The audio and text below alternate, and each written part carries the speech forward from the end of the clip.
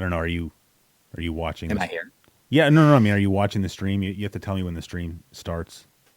Just yeah, it's not showing up there. Here we go. All There it right. is. There. I have it Yeah, set to I'm minimal delay, but it seems yeah, like that's minimal all right. delay is not very minimal. So, all right. So, thank you to everybody for your patience. That's 22 minutes late. It's just because of We were really working during that yeah. 22 Oh minutes yeah. though. Technical problems. Just from having another person on the show creates a whole new layer of wiring and whatnot. So I kind of feel Yeah. like for those of you out there who are Star Trek fans, I kind of feel like the Borg tonight because I've got one cable going down my back, and that's got my little headphones in here, which comes so I can hear the output of the mixer, and then I have a lapel mic on right here with a cable going down my front, going into a separate audio interface so that Coury does not hear the output of the mixing board because that would include his own voice, which would be on a delay, which would sound awful. So Well, I think in the future we can like we'll just get on a call yeah, that's not live and yeah, figure out a way to streamline everything yeah, because yeah. Because I'm once you sure. kind of figure it out, then you won't have to worry Oh about it. yeah, And the fact that you have to wear all these wires that's no fun. oh, I don't mind that much. I just hope I don't need to go to the bathroom or something. And so Teresa was Right. asking about the chickens. They'll have to wait till the stream is over because I don't really, I can't deal with that right now. But that is also so. I know I mentioned that I might stream with the Mega SG this week. But that is the reason I'm not streaming with the Mega SG is then I don't have a way of using it with my mixer just because I don't have like a HDMI audio extractor. So and to be honest, there's nothing about using the Mega SG this week that would really enhance the stream in any way. So so for that reason, we are just using a regular old Genesis, which what's wrong with that? So I so see yeah. Smoke Monsters in the chat. He's saying that it's kind of like the two of us is kind of like Picard and Riker. Yeah, except that we're both bald. So how does that work? But I mean, Yeah, no. you still have some hair on your Well, head. yeah, but like last week, I mean, I don't mind that much. But like last week, I didn't wear the hat, and somebody in chat was just being a jerk and was like, "Put the hat back on," which is not. I mean, it's fair. It's not pleasant to look at. I get it. I don't have the cojones to cue ball it. So, and then. So I had a couple things to talk about before the stream starts. Well, first of all, obviously, welcome to Coury, and thank you to Coury for coming on the show. Coury wanted, I didn't know until after the fact. I guess Coury didn't know we were doing the Sega CD stream, and he said he would have come on for the Sega CD stream if he had known about it. And that's kind of a bummer because, anytime you want to come on the stream, you should. So, yeah. So I'm glad that you're here today. So Yeah, I mean, I saw you're playing Sonic, and yeah, I mean, Sonic 1 is like the only Sonic game that I really, really like. I mean, I guess Sonic Mania I could add to that list now, yeah. but I love the first Sonic, which is not a lot of people's favorite. A lot of people like the second one a lot more, but I think that the Sonic 1 is the only one that I truly love. Well, I agree. I had to grow to like Sonic 2. And I've already told that dumb story twice about how for about 15 years, literally, I didn't realize that you could turn off Tails and just play only as Sonic. Because that was my main beef with the game, is it was annoying having Tails around. But I mean, I like it. I mean, we can talk about that more when we start the game. But I agree with you that the first Sonic is by far and away my favorite Sonic. But yeah, okay. Anyway, so the one thing I wanted to talk about a little bit before the stream starts is these streams, and frankly, with Coury here, I wouldn't mind his opinion. But I've been really kind of breaking my balls for the past week and a half, working on the next episode of the main show, I spent the entire last week just writing. I mean, the script is about 15 pages long right now. And I'm not really done quite yet, but it's not going to get too much bigger. But I've been writing it for quite some time, and it's going to be, one of my big release videos or whatever you want to call it. and I don't remember why. For some reason I went on my channel, and for some reason I needed to know when I uploaded the TurboGrafx 16 in 1989 video, Hmm. which really was my last major upload, I would say. Like since then, I think I've uploaded like 3 magazine read-throughs, and that's it on the main channel. And I was pretty horrified to see that I uploaded the TurboGrafx 16 in 1989 a year ago tomorrow. So that means that my channel went an entire year, or is going to go an entire year, without having a new video that is sort of in sort of the bread and butter class of videos on my channel. And I'm not going to lie, that it bothered me a lot because I didn't realize just how much I'd been kind of neglecting that. Yeah, I didn't notice. No, I mean, if you had asked me like before I looked, like, hey, when did you upload that? I would have said like, oh, it was a few months ago or something. You know, I had no idea it was an entire year. And you know, and it's frustrating for me because I have so many things I want to do on my show, and they're not really getting done. yeah, Just because I'm getting sidetracked doing other things. So one of the things I have to start really rethinking, I think, is this channel, and how not like just I don't want to scare anybody. Not like I'm saying I'm not going to do this channel anymore, but if you look at how many videos I've uploaded on this channel in the last year, it's a lot. And that's because obviously I'm spending all my time over here making you know, flashback videos and doing live streams every week, and obviously it's taking up too much of my time, and so I think I kind of have to reprioritize a little bit, and like so I don't, because even doing like the live streams, you know, for instance, I did the Mister live stream a few weeks ago, which I had a lot of fun doing. It was really hmm cool having like Smoke Monster in the chat, and Pork Chop, and some of the you know, Mister developers of the various cores and whatnot. Like that was really really cool, but that a lot of prep work went into that live stream. Like that live stream was a lot of work, yeah. I and mean, the Mister is awesome, but it definitely takes some prep to get that functioning in the way you want it to, yeah, hold on. especially if you're going to be demonstrating it live. Yeah, for sure. But I mean, just in general, I think that you know, a lot of these live streams take up a lot of time as far as prep work goes. So I haven't made any decisions yet, so I don't want anybody to get all, you know, worried or antsy in the pantsy about it. But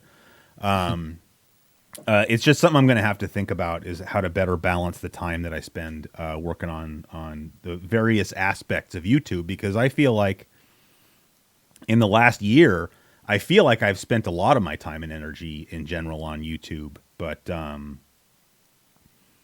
like I said, it's just, I think that doing regular uploads to the main Classic Gaming Quarterly channel needs to be a priority, and it seems like for the last year it hasn't been a priority at all. So I'm working on the video that I'm working on now, which I've been kind of coy about it, just because I put up that trailer up on Patreon, and so I kind of wanted it to be there for the patrons to see. But at this point, it's been a week, so the video I'm working on now that should be out hopefully pretty soon is the Sega Genesis in 1990, which is a big topic, because 45 games or something like that came out for the Genesis in 1990, so it's kind of a lot. I mean, obviously, a lot of those games are not getting a whole lot of coverage, because otherwise it would be like a 5-hour show. But you know, it's going to end up being well over an hour, I'm sure. But so I'm saying it's a lot of work. I spent, like I said, you know, when I started the last week, it was spring breaks. That's why I took the week off. It's not like I was writing from scratch. Like I had already written quite a bit of the script, and I just kind of kept going with it. And at the end of the week, I still wasn't really done. And I worked on it over the weekend, and I've been working on it this week. And I've recorded a lot of the voiceover already, but I have a lot more of the voiceover to record still. And I don't know. I don't want to drag this whole thing on too much. I'm saying, but my point is, like, I'm working on that, and then I need to get back to work on the launch of the Dreamcast, which is, that episode is partially written as well. And I had this idea that I would have the Sega Genesis in 1990 episode done, and then have the Dreamcast launch episode done before I go on vacation towards the end of next month. But at this point, I don't really see that happening. But it's at least something to kind of to work towards, to go on vacation with as much of that done as possible. And then I have other things. I have other things. I want to do the launch of this, and I want to do the launch of that.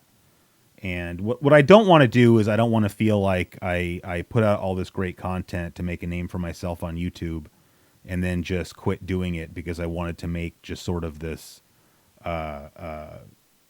content on this channel that is more like self-serving. I think like the to me the flashback episodes, I love the fact that so many other people relate to them, but my reasoning for making them in the first place is very self-serving. So to kind of document certain things about your life, you think? yeah. Yeah.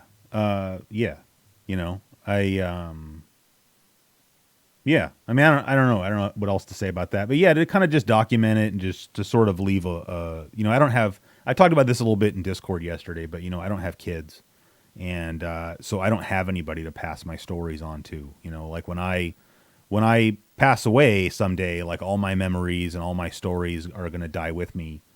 But if I can put some of that out there on YouTube, whether YouTube's still there or not, someday it's like other people that actually wanted to hear that stuff got to hear that stuff. And for whatever dumb reason, that kind of means a lot to me. So I think you should not feel bad about that at all. I think that's awesome. Yeah, no, well, thank you. And you're a great storyteller, so that thank you.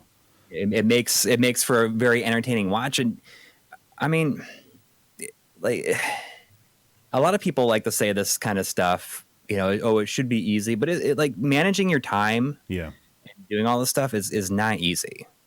Yeah, for sure it's not. And I've felt for a long time, like on YouTube, I've been like swimming against the tide. And I feel like that's a common thing, is like YouTube is so geared towards like uploading frequently, not uploading high quality.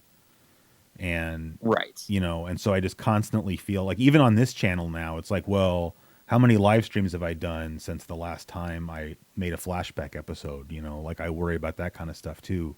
But do you think? I mean, you do one stream a week, like Yeah. we do the Sunday night streams. Yeah.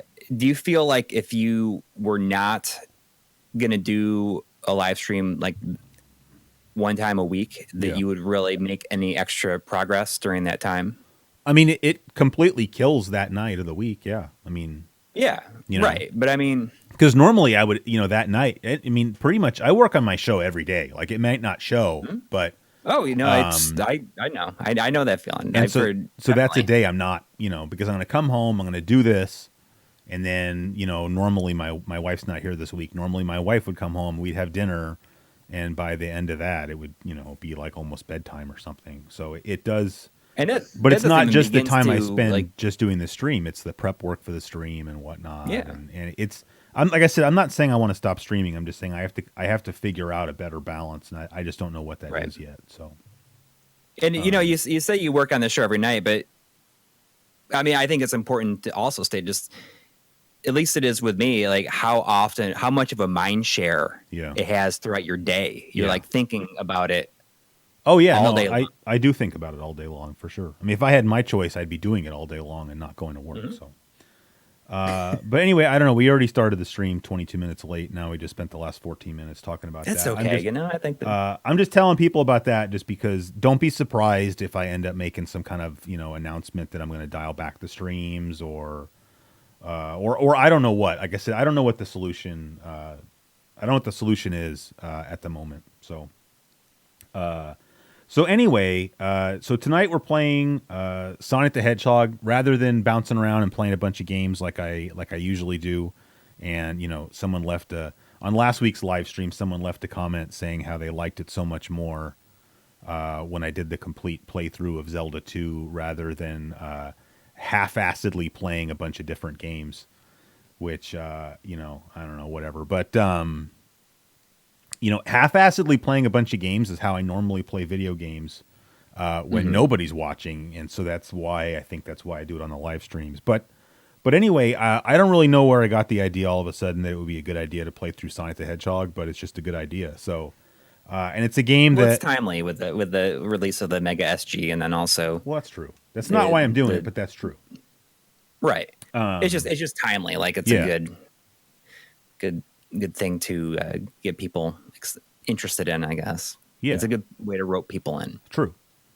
And then I feel like kind of a jackass for not remembering the guy's name. But somebody on Twitter requested that we play the Japanese version of Sonic, which I happen to have. I mean, I have an EverDrive anyway, so what's the difference? But I actually have the Japanese version of Sonic the Hedgehog. This is the only Mega Drive game that I own, Japanese Mega Drive game. I think I have 2 PAL Mega Drive games, and I have 3 copies of Sonic because I have the American copy, the Japanese copy, and the European copy. Because if I were to make a list of my top 5 favorite games of all time across all platforms, this would be one of them. And I've said it before. This game was the sole reason that I got a Sega Genesis. Oh wow! Okay. Now, somebody else on Twitter. So I posted a little teaser pic. I don't know, like an hour ago or something. On Twitter of the game plugged into my Genesis, and this guy's name I do remember, only because this guy's Twitter handle is Mashed Potato Scientist, which I don't know what that is, but I'm in because I'm a scientist and I'm also a lover of mashed potatoes. So if there's some way for me to monetize that and become a mashed potato scientist, I'm all for it. But what he was asking, obviously I have just a regular North American Genesis here. And if we were playing with the Mega SG, I could just pop the Mega Drive cart right into it because it's region free. Mm-hmm. But we can't do that because I have a Genesis, and the Genesis has some AV mods done to it. But like I haven't filed down the cart slot or anything just because I don't really care for that. And so I have a converter that I use. And so this mashed potato scientist was asking about what this converter is that I have. And so just for a quick... For people who don't know about these things or people who haven't been around for so long, back in the late 80s, early 90s, this company called Honeybee made this Famicom to NES converter. And it has this red ribbon on it because you'd have to pull the whole thing out of your Nintendo. So they made that. And then when the Genesis came out, they made one for the Genesis. Now that one does not have a red ribbon on it because you don't need that. But it's still that same gold. For some reason, they used gold. And so that's what I'm going to be using. I already tested it to make sure that it works with Sonic. I don't know why it wouldn't, but yeah. So that's how we're playing the game. And I don't really know what else I have to say about anything aside from the fact that we could just finally get started playing the game. As I said, my wife's not here, so I don't really have a stop time. So that's nice. Although I don't actually even remember how long it takes to play through Sonic. So I used to be able to do it very quick. It's one of the few games that I would consider that I definitely had mastered for a while. Yeah, I could beat it without losing a life. Oh well, we're not going to do that. I don't want to. Well, I mean, I don't think I could do it now, but okay. I mean, I don't want anybody to definitely a game I can go back and play through. Yeah. Very easily. Yeah, well, maybe you should be playing it then. I'm going to do the best I can. The 3 possible outcomes, as I said in the video description, are we're going to beat the game with the good ending, we're going to beat the game with the not good ending, or we're not going to beat the game. I think probably if I were an odds maker, I would say the most likely outcome is beating the game with the not good ending. Right. But we'll see. I mean, really, the only difference isn't it just like how he jumps into the screen at the end? But I think the good ending's a little bit longer. Okay. I could be wrong. All right, I do love this game, though. I mean, it is. I got this game the day it came out. Wow, I did not. It was. I had it pre-ordered, and I don't remember where I played a demo or something of it, or maybe I just read about it in magazines. I knew it was going to be a big deal. Yeah. Hey, I don't want to interrupt you. Sorry, just real quick. That's okay. There's a guy in the chat room or chat box called the Math Guy. That's Eddie. Eddie, if you want to post a link to your fundraiser, well, actually, it won't let you paste a link. I don't know how we're going to do that then. Eddie's a math teacher, and Eddie's doing a fundraiser to try to buy some iPads for his class. Here, I think if I make you a moderator real quick, Eddie, then you can go ahead and now I think it'll let you post a link. And he posted it up in Discord. I'm not trying to, I mean, I get nothing out of this except I just think that it's a worthy cause.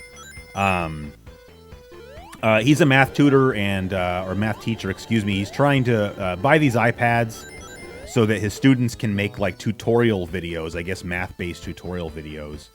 And I had never heard of this website that he's using. I looked into it to make sure, I mean, it's legit. I'm saying this website is somehow like this nonprofit that when you make a donation, it takes like 15% of the donation and uses it so that when like new people come to the site and do a fundraiser, the website does like one-to-one matching of like all donations. Oh, cool. So I'm saying if you donate $5, Eddie's cause actually gets 10. So I donated some money, and if anybody else out there wants to, I just want them to have the option. So I just want Eddie to know that he has my blessing to go ahead and post the link. And I would love to see the videos that the kids make there. So what if they're gonna make console launch videos with it? that I would not. They're gonna make magazine read-throughs. Why? It's funny. So I feel like, well, I'll start the game here, but there we go. I feel like if somebody were to start making like console launch videos on YouTube, like that would kind of bother me because I feel like that's my thing that I kind of came up with, like nobody else does that on YouTube, But right. The whole magazine read-through thing, by the way, somebody let me know. I mean, the audio for the game should be good, but if it's too quiet, someone tell me. I didn't invent the whole magazine read-through thing, but what's funny is that I'll get people who will email me and they want to know like how I do it as far as like the camera setup and whatnot. And then they'll always kind of say something about how like, oh, I hope it's okay if I do this since this is like what you do. And like, not only is it okay, but I like watching when other people do it just because I like to see what their sort of take on the format is. Right. So anybody that wants to make a, I'll go up here first. Anybody that wants to make a magazine read-through video, please do. I feel bad because I can't remember the name of the YouTube channel that I sort of took the idea from. Because I think the guy was doing it and then he wasn't getting any views, and he straight up said on his channel like, oh, I'm not going to make these anymore. That does sound familiar. He always wore a Winnipeg Jets baseball cap. I remember that, and I think he had the word retro, in the name of his channel. I'm trying to. I just want to make sure I get my extra life before we peace out of here, but I feel like I went the wrong way. But yeah. Anyway, I saw him do it, and I think it was like right around the same time that. Oh, here we go. That my buddy Anthony did his podcast, Retro Blast, and he kind of did that on one of his podcast episodes. He did kind of like this audio read through of whatever the issue of EGM was that kind of coincided with the release of the Super Nintendo. It was like sort of a gold cover, I guess. I don't know. It doesn't matter what the cover looked like really, but and anyway, I mean, he kind of did that at the same time. Oh, thank goodness, that was close. He kind of did that at the same time, and I just remember thinking like, boy, I wonder how that would be if I tried doing that on my channel. There we go. Okay. And so that's why I did it. So I'm just saying I don't feel like I have any ownership whatsoever over magazine read-through. So anybody that wants to do those, right. should. I just want to explain. I don't know if I know there's at least a couple people that really aren't super familiar with the first Sonic the Hedgehog who are in chat. So I just wanted to explain one thing real quick. The point of these bonus levels is that you get these Chaos Emeralds, which are always sort of encased in like a candy-coated shell of other gems that you have to kind of get rid of first. And there's all these other little hallways or pits or whatever you want to call them, where if you fall down those, it immediately ends the level, the bonus level. Right. And there's a total of, I believe, 6, right, Corey? 6 Chaos Emeralds? I think so, yes. Yeah. And I also think you only have 8 total chances to get them, because there are 5 zones, not including the final zone, in Sonic, but I don't think. But you can't access the bonus stage on Act 3 Well, because I think you fight the boss. Scrap. Oh yeah, well that for sure that. So out of the 3 stages in each zone, you can only go to the bonus stage or special stage in 2 of them. Right. But then I don't think you can go to the bonus stage or special stage at all in Scrap Brain Zone. Right, I guess that would make sense. So that means there's only 8 stages where you can potentially go to the special stage, and in order to get there, you have to end the stage with at least 50 rings. So that's why, and you have to get all 6 Chaos Emeralds to get the good ending. So that's why I'm saying it's possible we won't get the good ending, because if you don't get, you can only screw up the special stage twice, assuming that you go every single time. So. Yaka Warner says, correction, the Scrap Brain Zone Act 1 is the final chance for an emerald. So maybe that means that you get 9 bites at the apple.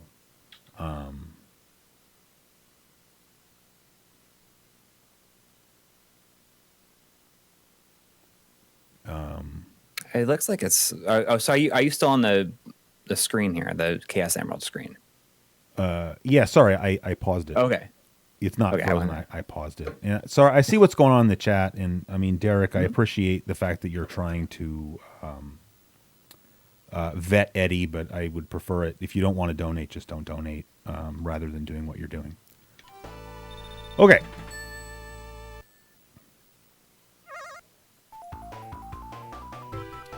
Eddie, your phone. What are you drinking?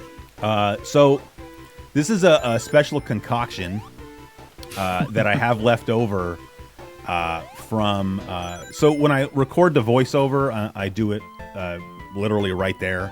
I posted a picture up on Twitter and Instagram. It's just a moving blanket and a pillow on like a concrete shelf here in a basement. But it works. But I don't know if you have this problem, but I get really bad cotton mouth, like whenever I do narration recording. Oh yeah, I mean, I know. Well, it really depends on what time of day I do it. Oh well, I didn't even think about that. It's very bad for me to do voiceovers after my morning coffee. Oh yeah. That's I made that mistake before, like trying to drink coffee to keep my whistle wet or whatever. Yeah, that's like the worst thing that you can drink, I think, because it immediately like dries out your mouth. But so what I do is I try to drink something that makes me salivate. So like something. Oh, okay. I don't know. Is tangy the right word there? I don't really know. But so what this is like sugar-free Kool-Aid, not unsweetened Kool-Aid, just like artificially sweetened Kool-Aid. But then I add a bunch of lemon juice to it. Because that keeps me like salivating, and that way I can just reach over and take small sips. Because like the other problem that I have when I'm recording narration is I'll drink so much water that like then my stomach gets all full, and then it's harder to like really breathe from your diaphragm and take like these really deep breaths, so that I can get like longer sentences out. So by drinking something that really makes my mouth water, I don't have to drink as much. So, cold. Oh, that was close. So yeah, that's what I'm drinking. There's no alcohol. It's not like some kind of frat boy punch kind of thing or anything. But I didn't actually bring anything down here to drink, and this was just left over down here from when I was recording voiceover earlier. All right, it's not that way. Well, you're pretty lucky in that you have a very good voiceover voice. The way that I've had to do it, and I've kind of gotten into a good groove recently, is I put together like a recording booth where it's just like a place where apparently like I can do better voiceover if I'm sitting, which is not usually a typical thing. Wow, yeah, no, I always stand when I'm. But I mean, I'm not judging. You do you. No. I mean, I put together a booth where it's like a microphone stand. Yeah. And it has this. Found like this. It's really just for you put your hands. You can grip it on each side. You can put like a camera in it, and you can use it as kind of a, like a Steadicam type thing. Yeah, I know what you're talking about. But I put like a quick release plate on there, and I put my zoom right on it, so I can mount my zoom. And that little grip that I have, it has a couple like hot shoes on the top of it. Yeah, you can put you can put things in it. So I found got a cell phone thing. Yeah, and I put that on there so I can mount my cell phone with the script like directly above where I'm talking. Yeah, so I can read it now, and I don't have to use my I don't have to hold it like I was having to hold it for a while. Yeah. So that makes it now I can sound so much more natural because I can move my body like I do when I'm on camera. Yeah. And it just kind of makes it I see. a lot more consistent. Yeah. Because we've started going back to something we were doing early on in the channel, which is only recording the parts that we're going to be on camera for. Like we record that separately. There was about 2 years, I think, where both Coury and I were recording our entire scripts on camera. Which would take forever. Yeah. Because you want to get it. And the good thing with that is you could always, if you didn't have something to show, you could always cut back to. You always have something to cut to. See, I've always thought about doing that, but I just think it would look really like low quality, just because like I don't have like a green screen like you do, and I don't really have good lighting like you do. So I'm saying when you guys do it, it looks good. But I think if I did it, I don't have the right setup, and that wouldn't look good. But like I know what you're talking about, because I know like 8-Bit Guy does the same thing, where he'll just cut back to him. Because sometimes, it's hard to find like some visual material to put up on the screen. But in a way, though, not having something to cut to is you kind of resign to like, okay, well, I'm just going to show some game footage then. Yeah. I'm just going to fill it with something, because when you are close to finishing an episode, you always have these gaps of things that you got to put in there. You don't know exactly what to put in there, or you don't want to. You just like don't want to do that part. Right then. So we're just like, we're just gonna throw some game footage in there. Because what else are we gonna do? So I'm not done talking about this, but just real quick, I want to mention the math guy donated $4.99. So thank you, Eddie. He says, by the way, my wife is letting me stream you in the living room. She's becoming a fan of your channel. And that's because I think the way that Eddie got on my radar in the first place is he let me know that his wife hates me, or hated me. Like she hated the sound of my voice, which thankfully I don't hear that one very often, but I don't know. I just thought it was funny. So anyway, that was the origin of that. But anyway, so we got $5 from Eddie. So thank you. And then we got $2 from JDude93, who wants to know what my favorite Sonic game is, and you're looking at it. So and thanks for the $2. So I'm gonna go ahead and start the game back up again. But so you're saying you're holding this thing like you're holding it and sitting while you're reading it? No. It is on a microphone stand. Oh, well, then why does it I don't have to hold it or anything? It's I bought something to mount my microphone and my phone onto it. It was like not really meant to be used for this. Okay. All right. I was imagining you like sitting on your couch, like holding this thing, and that's where I was getting confused. So I used to like. Have you ever watched the channel? He's called the Booth Junkie. So it's this guy, Mike Delgadio. He runs this channel, The Booth Junkie, and he's a professional voiceover guy. Like, I guess he does like commercials, and I don't know what else he does really, but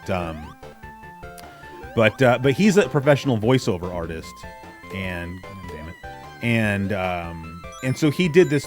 The whole point of his channel is, tips and whatnot for other voiceover people or people trying to get into voiceover. So like he reviews microphones, for instance, and he did this one video called like your first voiceover setup, or I don't know, something like that, because he of course has like one of those whisper rooms in his house, because this is how he makes his living. So like for him, that's not a waste of money. Like for me, that would be a waste of money, clearly.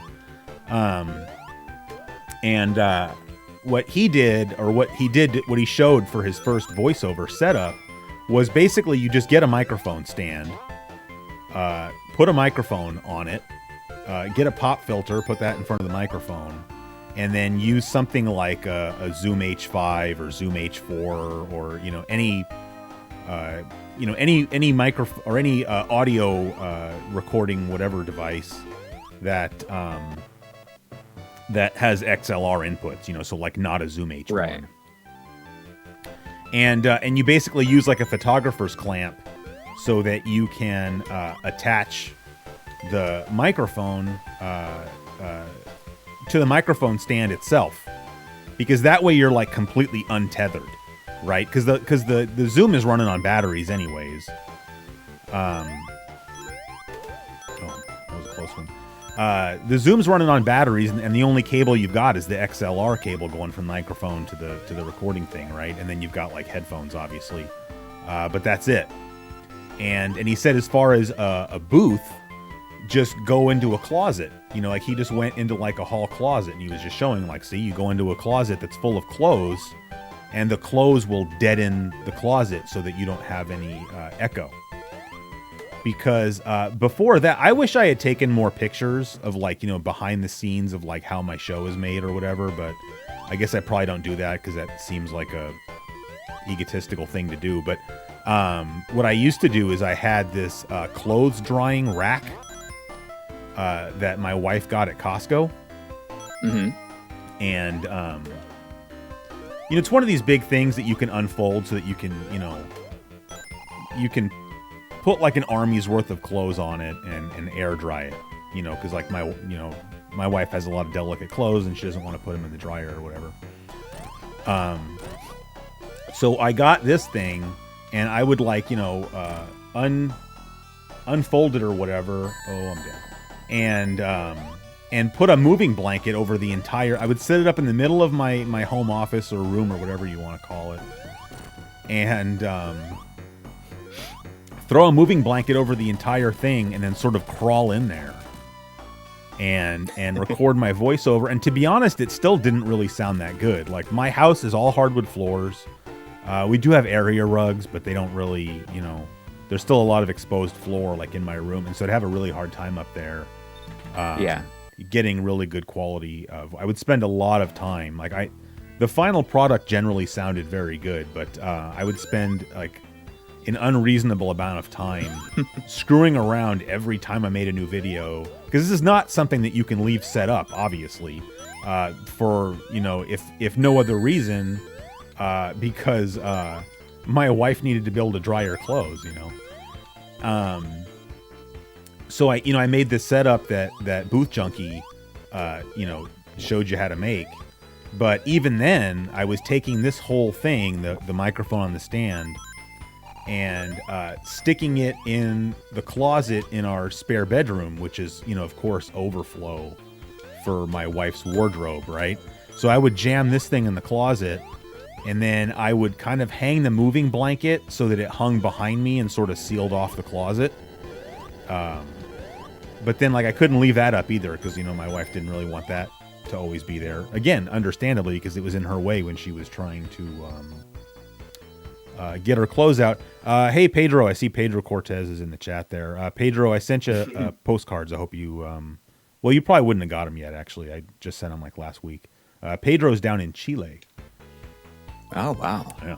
We're very international here. So anyway, I mean, it's turning into a long story, but so when we finally got this basement all set up, we had it carpeted because that was just what the flooring people suggested for a basement, is that you should put carpet in the basement. So I'm like, whatever, And so this is actually the only carpeted room in the house, and it also has low ceilings, which helps. Yeah. And so it's already like fairly acoustically dead in here. Mm-hmm. But along the wall that's right in front of me, there's this concrete ledge that is sort of chest height. Yeah, which will reflect sound anyways. I mean, well, yeah. But so like up on the ledge is like, I have my PVM that I'm playing this game on right now is up on the ledge. My computer is over on the other side of the ledge. But on the other side, there was kind of nothing going on. And so I got that same moving blanket and just folded it up. And I have it laying on the concrete ledge, and then perfect. I stuff a pillow behind it against the wall, and then I just have a little desktop height microphone stand with my microphone just sitting on top of the moving blanket, and then I have my script on my iPad, and that's just like leaning against the pillow, and that's not something I ever have to dismantle because. It's not in anybody's way anymore, and then that way I can stand there and record the show. That's perfect. I mean, that's in terms of like getting things done faster. Yeah, that's what you kind of got to do is you got to figure out ways to streamline everything in a way that you never have to take things down. Yeah, or you can just like access it right there. Yeah. That's Maybe actually, move something, and it's going to be the same every time. Yeah. That's part of the reason that I actually don't really show myself in the show anymore, is it would take so long to get the lighting set up and get it to where I like the way it looked. Like, the lighting on like a flashback episode is not to me quite so mission critical, because that show is not about production value. So like, good enough is fine, but like I don't on a regular episode on my main show, like good enough is not like a phrase that I would ever use, So, part of the reason is I just felt like it looked kind of unprofessional, but part of the reason is I just felt like it was too much work trying to get things just set up. That beginning part. Yeah, and I just feel like, why do I need to be on the show anyway? The show's not about me, so get myself. Yeah, but I mean, there's still something to be said. I mean, our shows are not really about us at this point anymore. Yeah. But it always gives like having like a face gives the audience somebody to connect with. Yeah. Sorry, real quick, Josh, are you BSing me or is that true? Josh says if you don't touch the controller here, Sonic will automatically bounce to the emerald. This is one of the stages I have a problem with. All right, he says it's true. All right, Josh, if we don't get the emerald in this one, it's on you. So I'm going to try it. Yeah. What, you don't? I'm skeptical. No, I think if this happens, I'm going to be very impressed. All right, here. Nope, he was right. The problem with this one is that we have to figure out how to not die. Okay. So you still have to do some work. Yeah. You still got to get in there.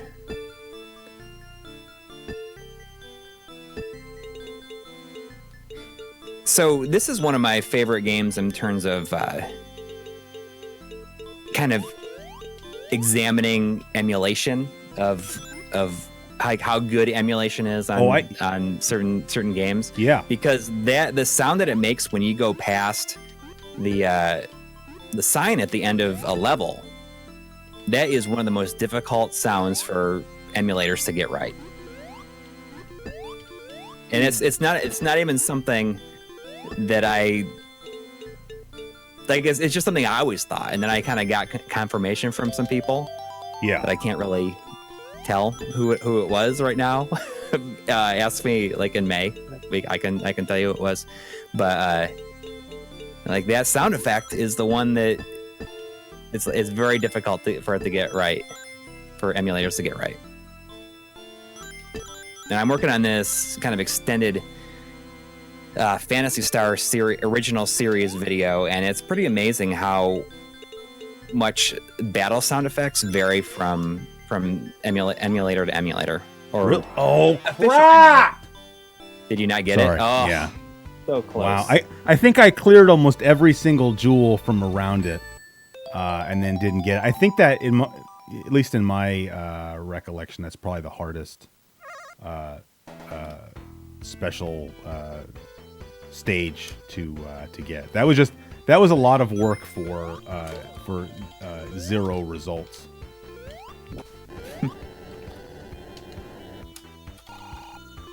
Apologies for the outburst, although I tried to turn my head away from the microphone there. Although, like I said, we're not necessarily going to get the good ending. Yeah, somebody said I got to continue. Like that's cool and everything, but I'm not. I'm less worried about needing continues and more worried about getting the good ending. Although I guess I don't know why I care, but. Anyway, I don't remember why we were even talking about the whole sound setup thing, but yeah, it's nice having this little setup. I just never would have thought, just kind of standing in the basement without even having anything around me would produce decent results, but it does. So yeah, it's kind of nice when you figure that out, because I've always had a really hard time with sound, and now I've got this sound booth, and I feel like I finally have figured it out. We got about a little bit over a year ago. We had somebody contact us who's like a sound engineer. Yeah. And they helped us design like specific set of audio filters, like settings that we can apply to both of our voices. Really? And how do you get that? I mean, some people are just really, really good with that stuff. No, but I mean, how do you? I don't get people trying to do that for me. That's what happens when you haven't uploaded anything good in like a year. Is nobody's going to help you with Jack well, nobody contacts you about it because your audio sounds good anyways. Oh, please. You've got such a good, deep voice for it. I mean, I don't know. Like I don't have a very, very deep voice, and Try is really loud all the time. So I obviously people think, oh well, we can help them. Yeah, I can help them improve. Yeah. Well, I will say actually, one time I did have. I'm kind of making up stuff saying that nobody's ever done that, but because I actually did have an audio engineer one time contact me and said that he would actually watch my show at his, I don't know, editing station or whatever. He basically said he was listening to my show through monitors. And he was saying that are you kidding me? This is what I'm playing it through the, I don't know why I'm playing it in the capture window instead of on the PVM. So you can't, this is not a game. You need 0 lag to play Sonic. Anyway, he said the plosives sounded really, really bad.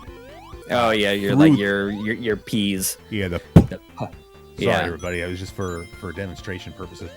And so that was why I ended up getting a pop filter, and it probably also why I got the windscreen, because it helps with that too.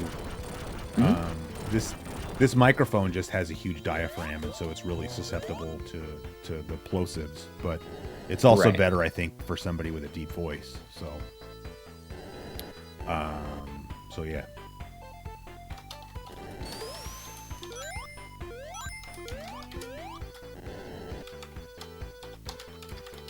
Oops. What you got there? But I mean, I am getting fairly happy with our audio quality, and it's something. I mean, I've never noticed that you had bad audio quality, though. I mean, I'm glad to hear that you're happy with it. It's just getting it consistent, I think. Yeah. It's been the most challenging part. Oh, see, what I ended up just because I know you use Premiere or whatever. Do you just do all your audio editing in Premiere as well, or do you do yeah, I mean, except for documentary projects that that are gonna see other releases outside of YouTube, on actual physical media. I mean, we did a Night Trap documentary, and then there's another one that hasn't been announced yet. That I recorded that, and I did some basic. Seriously. Well, yeah.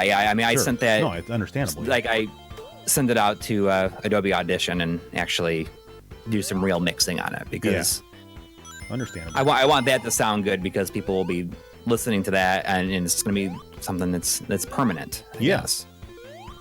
Because I messed around with doing that at one point, but now I edited it all together. But I use Final Cut Pro, not Premiere. But like I just made my own custom preset in Final Cut Pro, like for my voice. As far as like EQ, all it is EQ, a noise gate, and a compressor. Right. That's what else would you have normally, I guess, for voiceover. I have a separate one depending on which microphone I'm using. But like if I'm doing voiceover, it's this microphone because I have two of these. So. But yeah, even then, it's just like you can have the preset, and you can use the same preset every time. But if your microphone setup is not the same every time, like recording in the closet sounds differently than recording in the basement. Sounds differently than recording in the clothes drying teepee. So, so hopefully now it's all done. I know you can jump up there and get some stuff, but I don't want to. Oh, I have to. Never mind. Now I'm screwed again. Oh, boy. Can you jump through the wall here? Is there a passage in the wall? You can die there. Wow, there you go. Oh, Basement Brothers is here. What's up? Basement Brothers does it pretty good. I don't know if you ever checked out his show. He's doing like he's doing reviews of like all of the games released on the Neo Geo in chronological order. Oh wow, that's a pretty big undertaking. Yeah, an expensive undertaking. Well, he's already I think a Neo Geo guy, so he already has a lot of that stuff, so it's not as bad. I have a lot of respect for people that can do the chronological thing. Yeah. Because then you don't get Jeremy to decide Parrish what you're going to look does it with Game Boy, and he's done it with some other stuff. Yeah. Like what is it? Like Game Boy Works or something like that. It's called. Yeah. It's very well done, but I like the idea of doing it, but I don't think I would have the patience of just like playing stuff that I have no interest in. Yeah. Talking about. Oh no, I understand that. Sometimes that's what there's the things I want to do, and then there's the things that I know that people on the channel want to see. Right.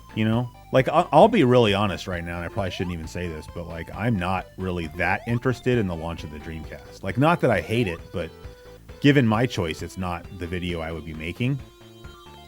Yeah, I mean, but it's probably my I don't know why, but it seems like it's my most request. Like, more people ask for that than ask for the launch of the NES.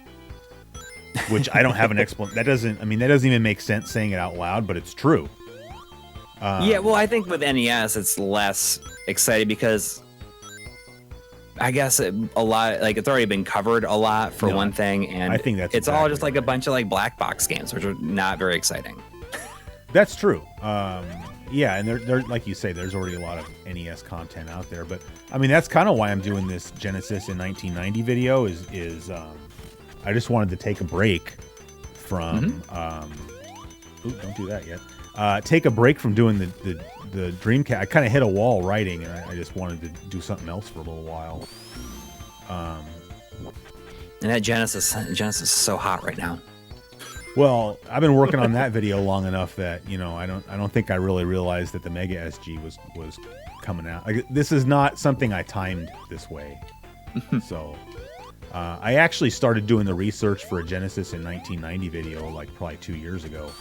So I already kind of had a partial list of all the games that came out. But one cool thing that came out of this is I have like a spreadsheet now on my computer where I've been documenting, because I do a lot of research on like Usenet and whatnot, trying to nail down like release dates for games. Right. And so now I'm starting to build like a chronological list of Genesis releases.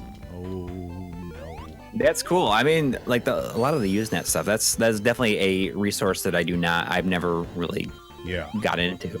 Yeah, I mean, especially if you're looking for like figuring out when stuff came out, I think that's actually the best resource.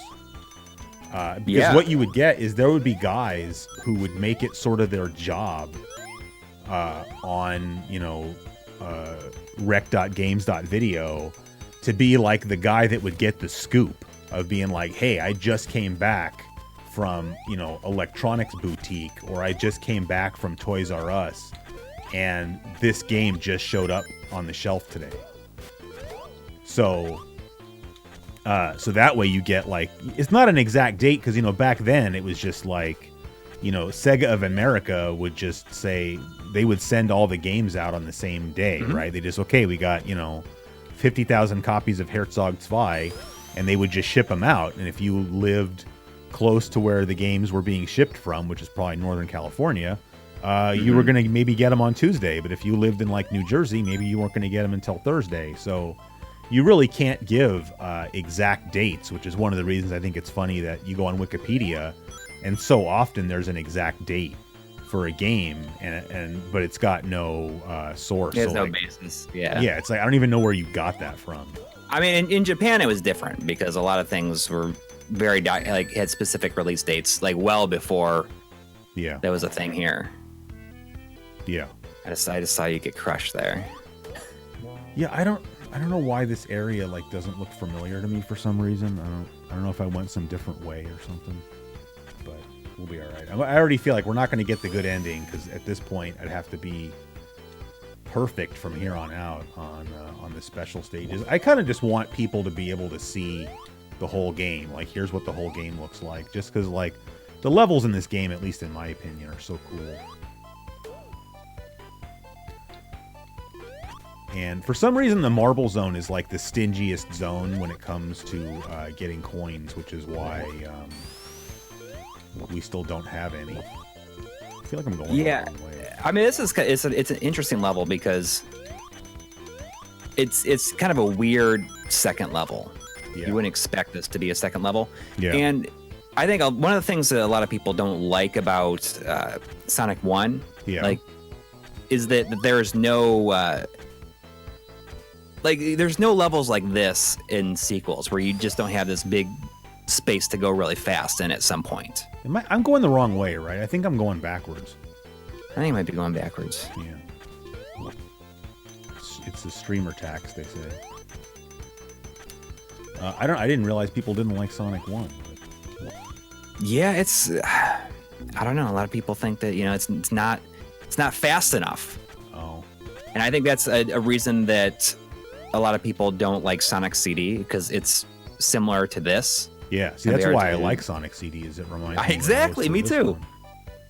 I feel like a lot of people, I mean, I don't know, maybe people in the chat can say if they think, I don't know, for those of you who were gamers back then, like, I feel like Sonic 2 is where a lot of people bought or got into the Genesis.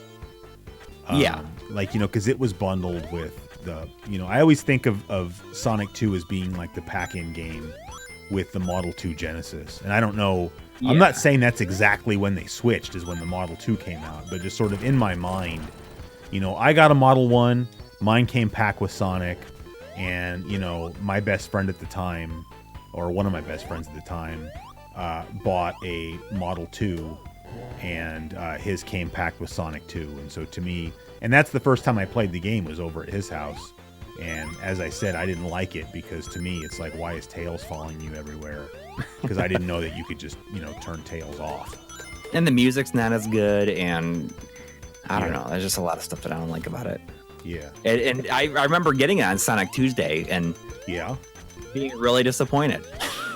Wow. As silly as that sounds. You got a $10 donation from... That's Two Kings. That's Tommy. What's up, Tommy? From Two Kings. Tommy, see, I feel so bad because, you know, Tommy's been a friend of the show for a long time, I would say. At least since I started CGQ Plus. You know, he leaves a lot of comments and whatnot. And but, like, you know, I pick Tuesday night to do the live streams, but then, like, Tommy works on Tuesday nights, and so he never gets to see the live streams live. And... so it's anytime I have to postpone the stream and not do it on Tuesday, I always feel, and in the back of my mind, I'm always thinking, well, at least that way, you know, hopefully Tommy will be able to catch it live. You know, funnily enough, these live streams get. See, this is kind of why I think it. You know, I mean, I don't know. You tell me how your stream archives do, but more people watch my live streams as archives than watch them live. Yeah. You know, like I would say I get probably like maybe 600 views ish when the stream is live. Like, you know, like after you're done with the stream, if you kind of let YouTube chew on it. I have no idea how that number is generated. It used to be so low, and then suddenly it's like in the thousands. Oh wow! Well, you're more famous. But I mean, like we have like around like 250 to 350 people. Oh, like concurrent. Yeah, but I don't know how that number is generated, like how it gets to 1,000. Is that just how many people are stopping in for a second and then leaving? For sure, yeah. I have no idea. But I would say that usually the number like triples to quadruples, you know, after the stream is over and I have just the archive posted. And, you know, and so I don't know how many of those people are people that if they had the opportunity to watch it live, they would. But they're just not available on Tuesdays. That's kind of the downside to doing it at the same time, all the time. You know, like I always feel weird when I have to, like, even if I have to do the stream at a weird time, it's like, oh, well, then like the usual guys won't necessarily be able to watch it. But then you get like a whole different crew of people that can't watch it at the normal time, and now they get to watch it. Real quick, this might be my favorite music in the game. Like I was gonna say, I used to have this as my ringtone on my phone. Oh, that's a bad idea. I used to do that. I had music. I had a jingle. What was it? It was like back when I had a flip phone, but it was. No, I'm trying to think. It was when I had a Razor, which I miss the Razor, man. That was a good phone. I think I had like the intro jingle because that's like a 10-second song. I think that was my ringtone, and I ended up turning it off or changing it rather because it kind of ruins it because you hear it too much. At least for me. Like you know when like the Guitar Hero games were like super popular, like whenever that was, like 10 or 12 years ago. Like there are some songs that have been ruined for me because I had to listen to them like so many times playing Guitar Hero. Because of More Than a Feeling probably has ruined for you. Yeah, or like Dust in the Wind, or I mean there's like quite a few songs that I just really never want to hear again in my life because because of that. Yeah, because I had to hear them too many times in a row, you know. And so that's why so I don't use like, you know, if I have some like, you know, video game music or whatever I really like it's like banned from being a ringtone just because I don't want it to like get ruined for me. Yeah. I mean, now I just have like the Metal Gear Solid codec sound. That's it. But I don't even have my phone, like it's just on vibration all the time anyway, it's silenced. Oh, if I did that, I would never hear it. Where I work is loud. You got a $5 donation from Castlemania Games, who's in the chat as well. Oh, that's Ryan, Castlemania Ryan, right? Thanks, Ryan. Yeah. Unless I'm getting your name wrong. Does he live out there by you? I'm not sure where he's located. I actually don't. I don't know. But for some reason, I thought he was out. Appreciate it.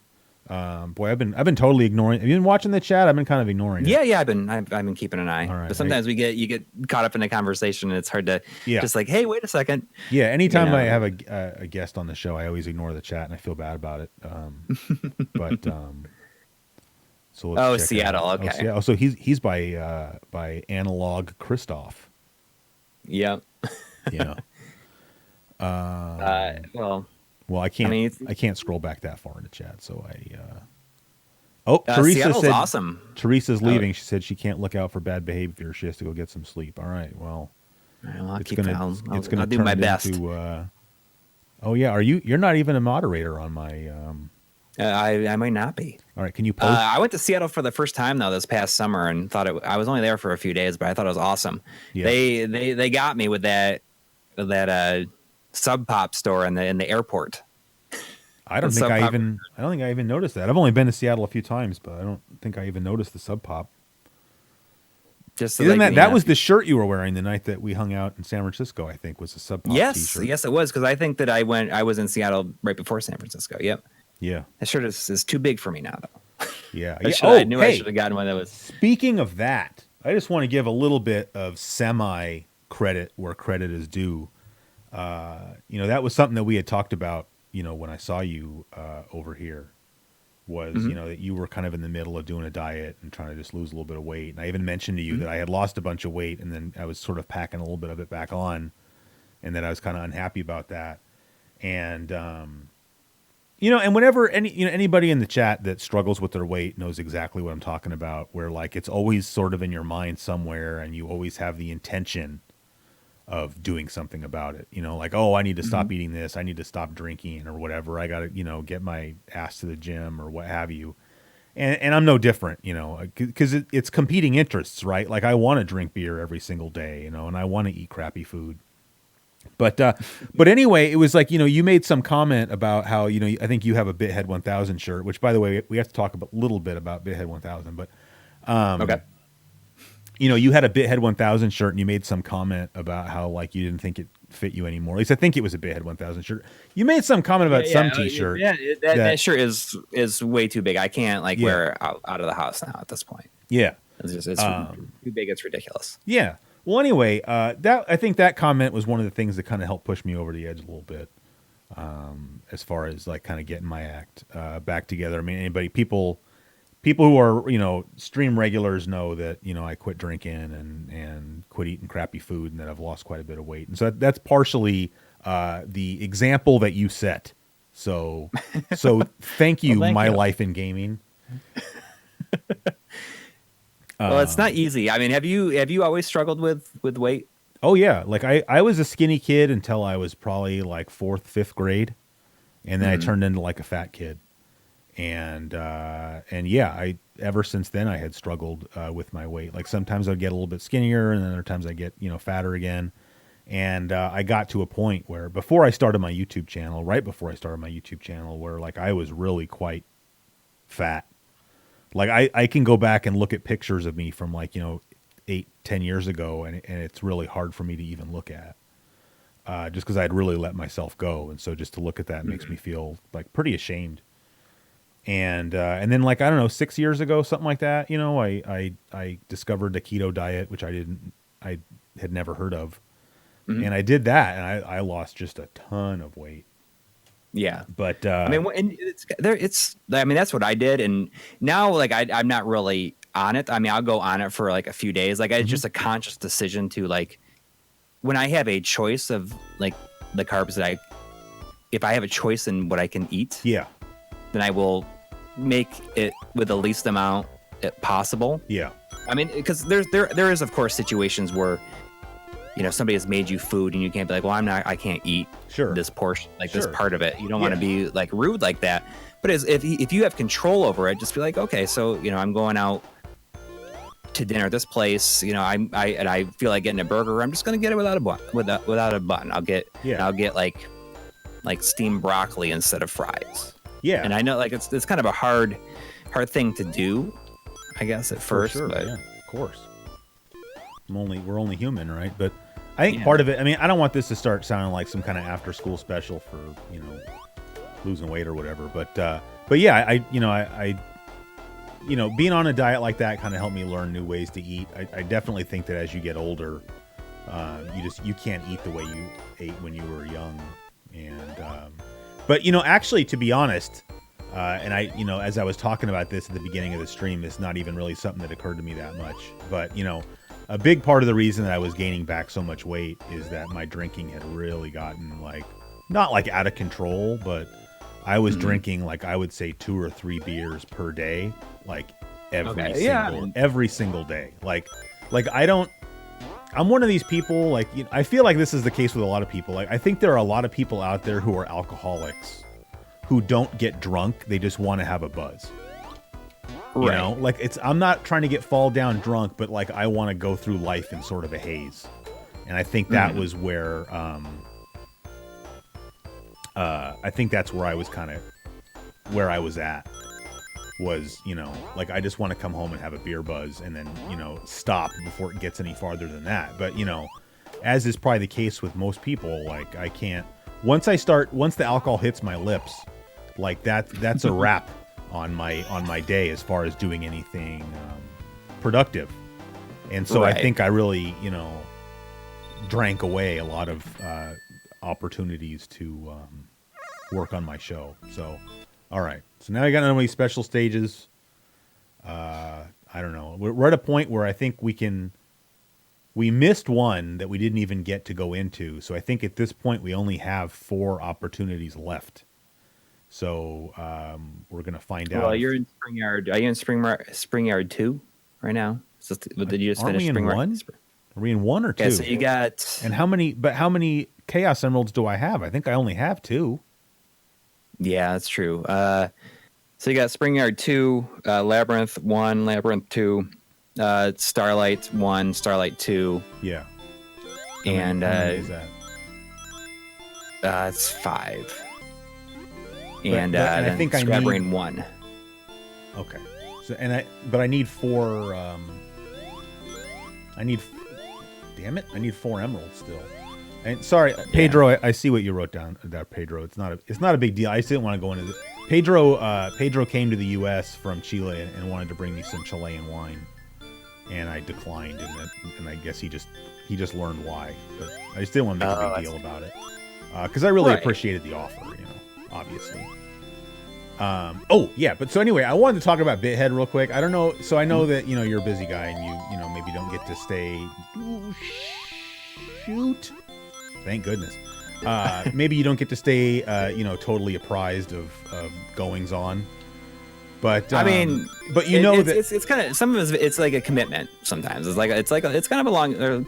They can be long at times. Yeah. Well, I mean, I can't say anything because I make extremely long videos as well. So I mean, get in there. Oh, nice. Well, so yeah, I mean, so do we for sure. But. Yeah.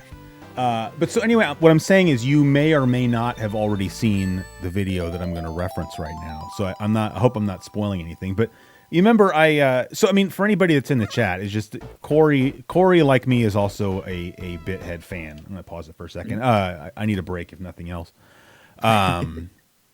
Coury's a Bithead fan. Like in some ways, considering his channel's not really all that big, Bithead's kind of a YouTuber because like Johnny Millennium. He's like kind of doubled in size though in the last like month and a half. Well, yeah, but that's because he did a few videos that were kind of not gaming related that just sort of had a certain I don't know if you saw, he had a video that went really viral. That was about like he smashed some Gillette razors or something. That's not the kind of stuff I want to talk about on my show, but he did that, and I don't think he did it for that reason, but the video ended up going viral. And so really? he doubled in size. Yeah, he got like hundreds of thousands of views. It was like he did like a reaction video to that, to that Gillette commercial. Yeah. He did a reaction to that, and then he went outside, like he got all of his Gillette products and smashed them. So yeah, his channel grew because of that. But anyway. So I sent you like a text message or something when he made the video where I sent him one of my big stickers, the lid sticker. Yeah. And he ended up slapping it on the back wall of the Fortress of Solitude there, which for me, I just got a big thrill out of that. So, but anyway, so it's up there, right? And so he did this video, I don't know, last week or something, where because he did a previous video where for some reason he started talking about 40s, like beer 40s, like a 40, and then in the next video he just basically like started drinking, like he went and bought 2 40s, a Colt 45, right, and just starts. Did you see that video or no? I've seen the thumbnail. I did not watch it. Okay, yeah. So he just basically is just drinking 40s and just letting his mouth just go, which is really his forte anyway. I mean, that's the best Bithead is when he's just telling stories about Lord knows what, And but anyway, so he finishes the first 40, and then for some reason, like he had the other 40 in the house in the fridge, I guess, and so he's like, "Oh, I'll be right back," And he leaves and goes in the house and gets the other 40, but then he comes back without going to the bathroom, like while he was gone, and so he gets like partway through the second 40, and then he has to pee, and by now he's a little bit drunk. I mean, because 40 ounces is like more than 3 beers, and it's malt liquor, so it's like 5-6%. Yeah. And so he just basically like unzips his pants and pees into the empty 40. Like I couldn't believe he was going to do it, and then it was obvious that he was doing it, right? And so here's like drunk Bithead standing there peeing into an empty 40 bottle, and what is right over his shoulder but a gigantic Classic Gaming Quarterly sticker. And it was just like, I I don't know if that was the association that I wanted, but I brought an ugly girl to the dance, and I'm going to dance with her, I guess. So I don't know. I got a kick out of it anyway. I mean, that's funny. I mean, I did not see that one. I've seen the thumbnail where he's like, yeah, pounding it. Yeah. It's sadly, I think he always complains about the battery on his camera, and it's like, why don't you plug your camera in? Like when I record like my flashback episodes, like I have my camera plugged into the wall because I figure I might run out of battery too, because I talk too much. Mm-hmm.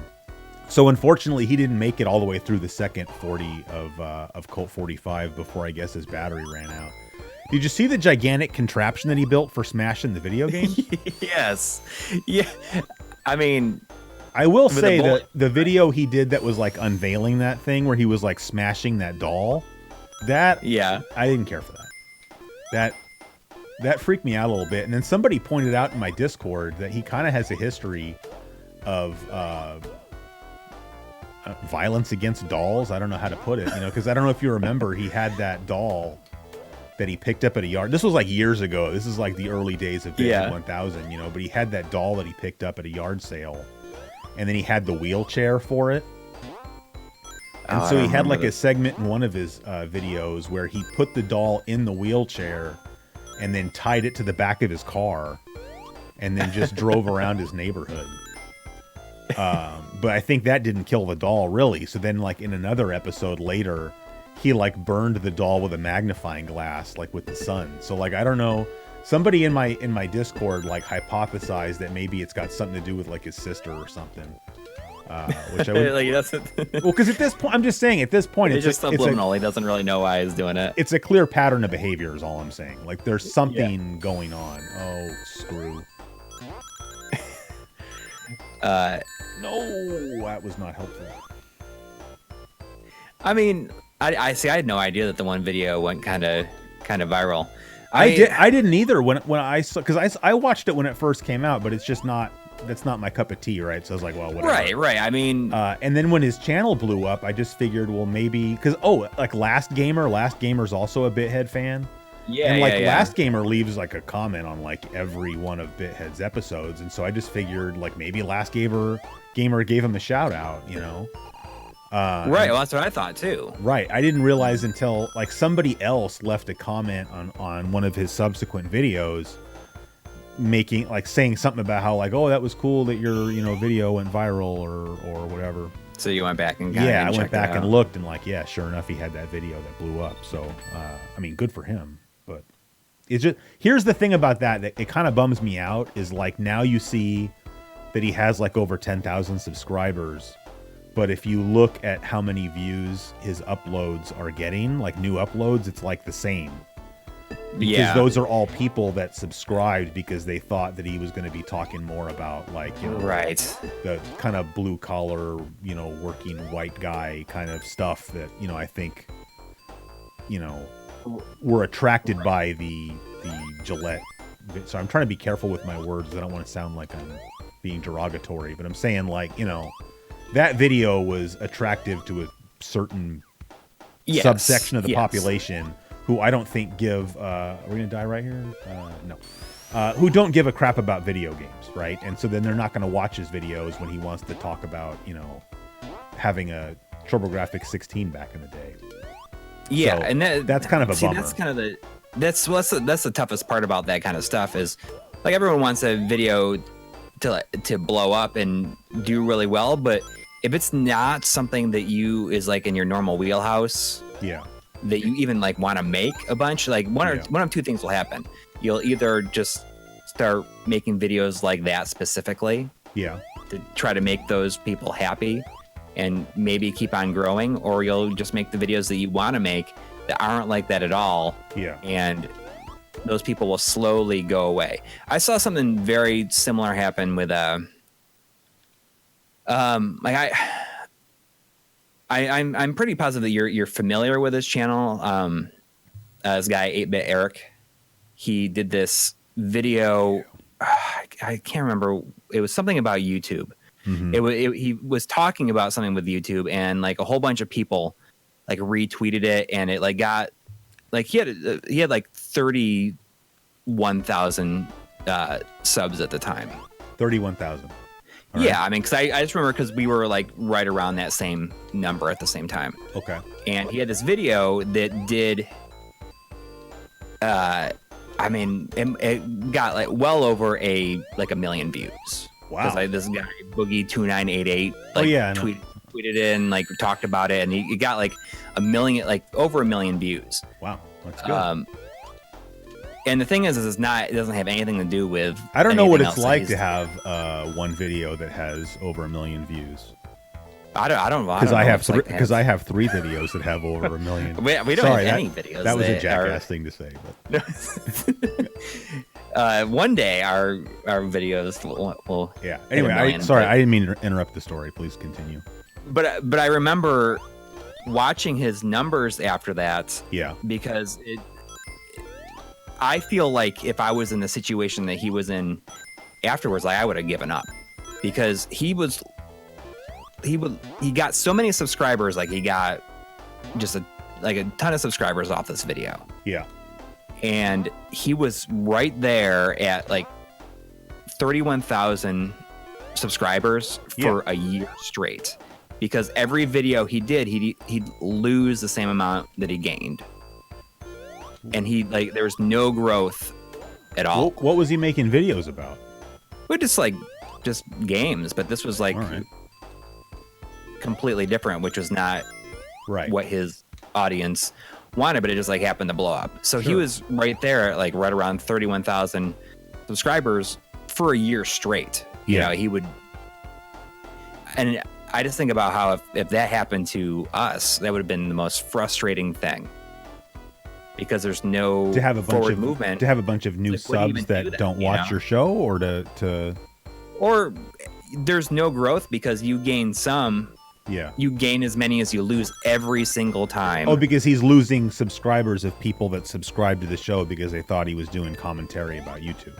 Is what you're saying, right? Okay, sorry. So he would lose. Smart, so it takes me a minute. No, I mean, but it's just.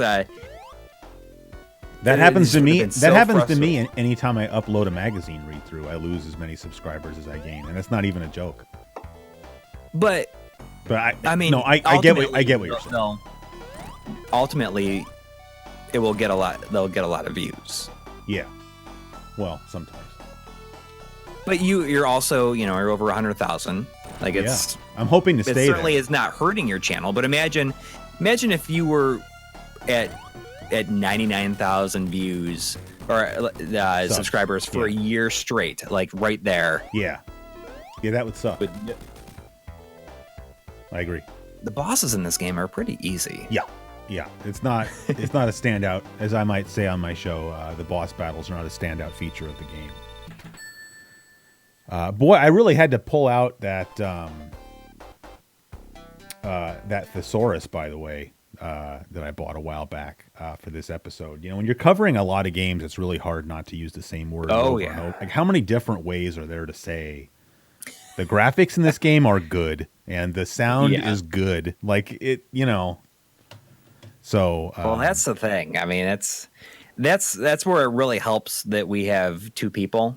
Yeah. On our show, because Tri is a much better writer than I am. Yeah. And a lot of times he will I've kind of gotten to the point now where I'll write a script and I'll have him go through it. Yeah. Because he'll elaborate on certain things that I just don't even think about. I mean, our show it's no one single one of our personalities anymore. It's just, we come up with a kind of a cohesive whole, and the way that we speak is more of our personality versus the actual wording. But he's just gotten very, very good at writing stuff. Mm-hmm. And, I have this book that I've been trying to make my way through, about learning to write better. Really? I sometimes I'll just hear people, reading, watch a video, and I was like, how do they even think of that stuff to write? Yeah. But how do they even come up with it? Yeah. I'll say I definitely, anytime I really write what I think is a really good line, that always really, makes me happy, because I feel like for the most part, well, I shouldn't say for the most part, but certainly the writing on my show isn't always the best. I try to do a good job, but sometimes I come up with a really good line and then I think, boy, I hope somebody like hears that or whatever and appreciates that, because like that was kind of like a little fist bump moment coming up with that saying or whatever. but going back to the whole you and try thing, like that's probably one of the biggest things I'm jealous of you for, is just having like a partner to work on with the show. Like, with GameSack you got the two guys, and with you guys you got the two guys, and because obviously your show is a lot of work and so is GameSack. But at least you have somebody to do it with, and you have someone to do it with that you seem to get along with, and at least I don't want to put words in your mouth, but I'm assuming at least to a certain extent you guys are friends. Yeah. Oh yeah. But I mean, like I feel like we're very low maintenance for each other. Like we're just pretty laid back, and yeah, we rarely ever like disagree about anything. It's just kind of like, oh, I can try to see where the other person is coming from on stuff. But yeah, no, the fact that there's two of us, I think, is something that we have not taken as much of an advantage of. Yeah. As we probably should have, and we're going to be doing it a lot more, actually, because we're making it a point to basically both appear in every episode. Like there's a lot of times where it was like either one of our episodes or the other. Yeah. But we're gonna make a point to appear in both of us appear in episodes, and also there's been times where especially just happened with this Mega SG video. Yeah. Where we are taking, okay, so this is my segment. I'm going to take this and I'm going to edit it. And then you're going to edit your segment, and then we're going to put them together, and we're going to have we each going to have like edited 20 minutes. And then suddenly we can put it together, and we have a 40-minute episode. Yeah. With like half the work, essentially. Yeah. So I think we got to take a bit more advantage of doing that.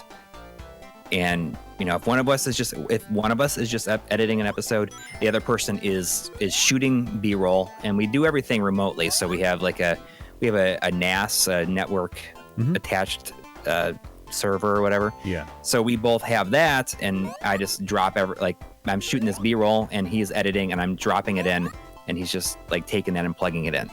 Yeah. Which means it takes a lot of like the overall thinking and out of making an episode, because okay, so I have this footage and I'm just going to use it. I'm going to make it work. Yeah. When it's one of us doing everything, it's so easy to get caught up like, okay, I want this shot to look specifically like I have in my head, and you end up spending all this time doing it. Right.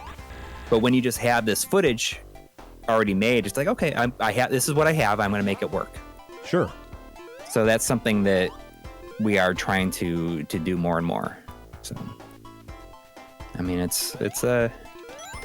we don't take advantage of it, and we're going to be taking advantage of it more.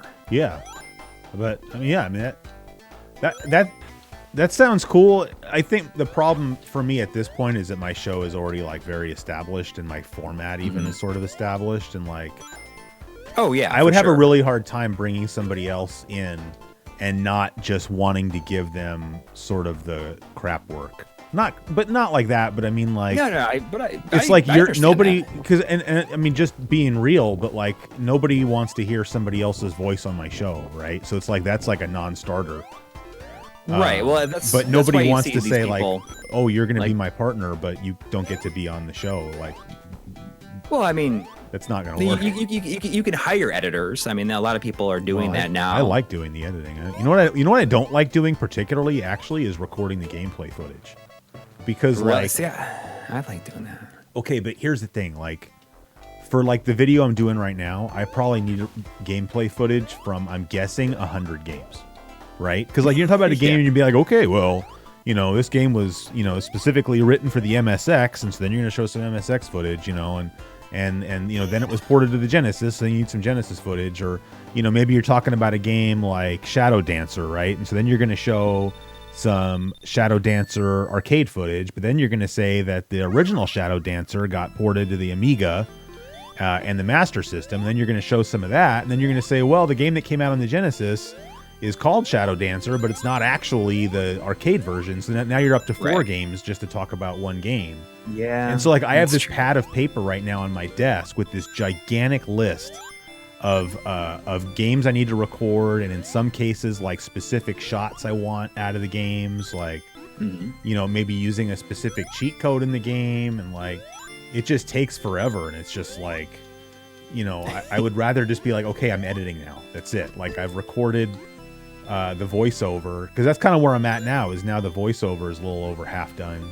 And so now I want to start editing, but it's like, okay, I'm upstairs editing, and then I come down here in the basement because like, oh, now I need this, you know, footage from, you know, these 5 games or whatever that are all on different systems. So it's like that makes it, oh crapola.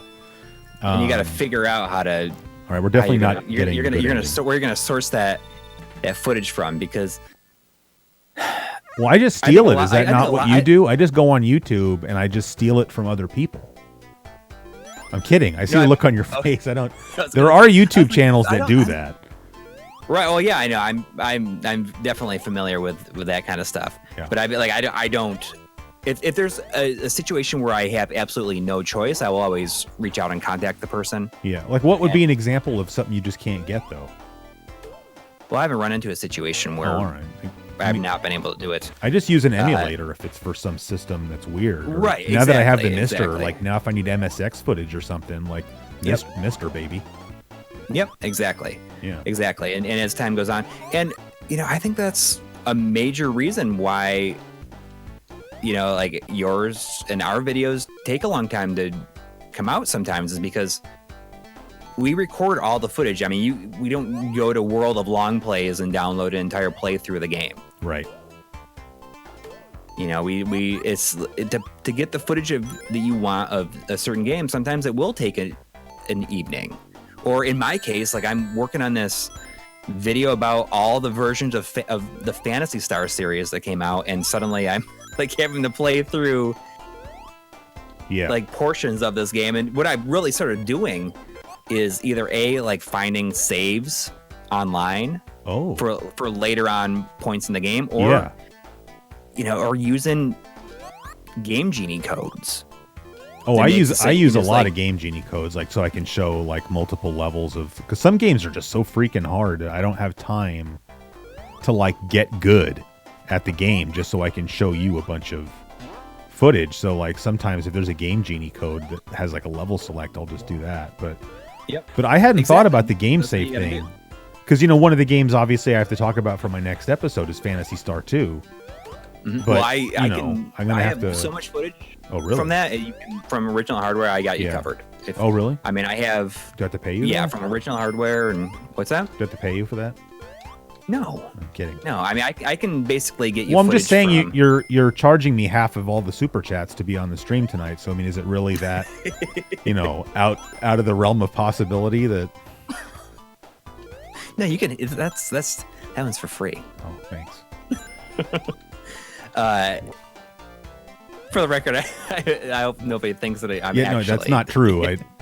You know, it's funny. I always say stuff like that, and like I think that it's obviously not true. And I don't mean like online. I mean like in my personal life. Like I'm the world's biggest BSer. Like in like at work. Like I make all these outlandish statements that to me is like so obviously not true, right? Like, I'll tell people that my boss says the most horrible things in the world to me. You know, that all of his nicknames for me involve the word dumb or stupid or something else, or that, like, you know, like the first time it ever happened to me is I told someone that you know, because I work on a university campus, right? So, like, everybody rides their bike everywhere. And so I always tell the story that my boss, who's a professor, specifically told me not to bother wearing a bike helmet because it's a waste of time. And people believe it. And the thing is like my boss is like one of the nicest people you'll ever meet in your entire life. And so the idea that he would say that to anybody is like ludicrous. And I'm telling this story to people who know him. Like not like I could tell you that, right? Yeah, my boss told me not to bother wearing a bike helmet. You might be like, man, your boss sounds like kind of a jerk. But like people know him and know that he wouldn't. I would think would know he wouldn't say something like that. But they'd be like the first person I told it to was like, "Oh my god, he said that to you, really?" I'm like, "No, not really." Like, it's so ridiculous that right. And so I'm saying the whole idea that you would make me pay you half of my super chats to be on the stream is like equally ridiculous. But you know, I'm at a point now where I feel like, but there are people out there that be like, man, that Coury is yeah, a real dick. Yeah. Jeez.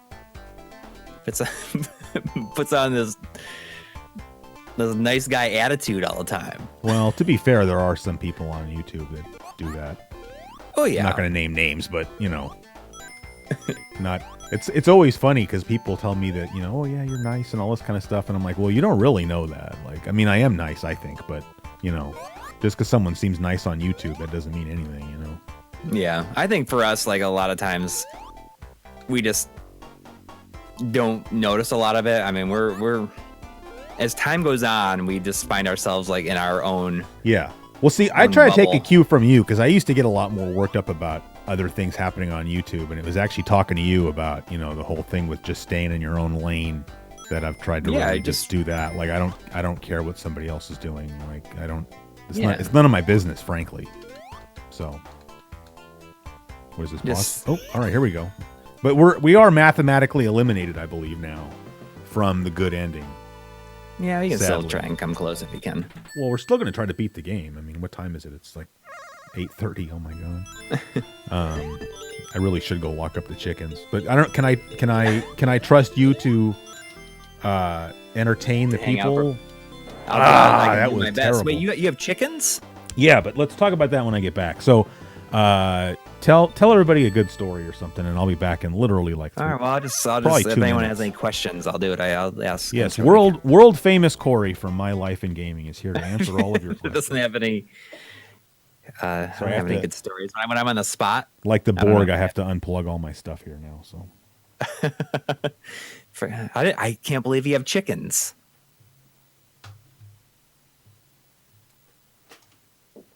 My son got this Jurassic World thing, action figure dinosaur thing, for Christmas, and I have this video of him opening it, and he's like, "The dinosaur looks like a chicken." So every time the chicken comes up, the word chicken, either that or I can't help but say chicken, like in Tekken Tag, or is that Tekken 3? It started that with the Tekken, like the beat 'em up mode. Best emulated version of Sonic 1.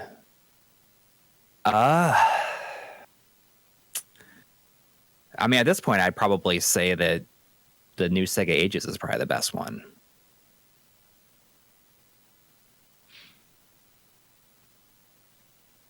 I mean, the like the Sonic Mega Collection. Well, no, you know what?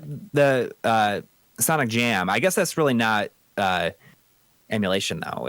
That's more of a port, I guess. Reluctant Hero, $4.99 donation. Since you're both here, well, Chris is not here yet, but he'll be back. I'm looking at RGB modded PC Engine Duo R. That is Zero's card. Can this be converted to component? Do I need an OSSC? You probably will need to go through a SCART to component, but I mean, I don't know if, well, I don't know if it's actually available. I know that there was Steve from HD Retrovision like made a Duo adapter, but I don't know if there was, like, he made it for me for something a long time ago. I'm not sure if there's a reason why it never came out for any reason, unless there is a dongle for it available, which there might be for the HD Retrovision cables. Yeah, so you can buy component cables from RGB modded Duo. We've not gotten into a lot of the PC Engine stuff. That is an episode that we need to do. Oh,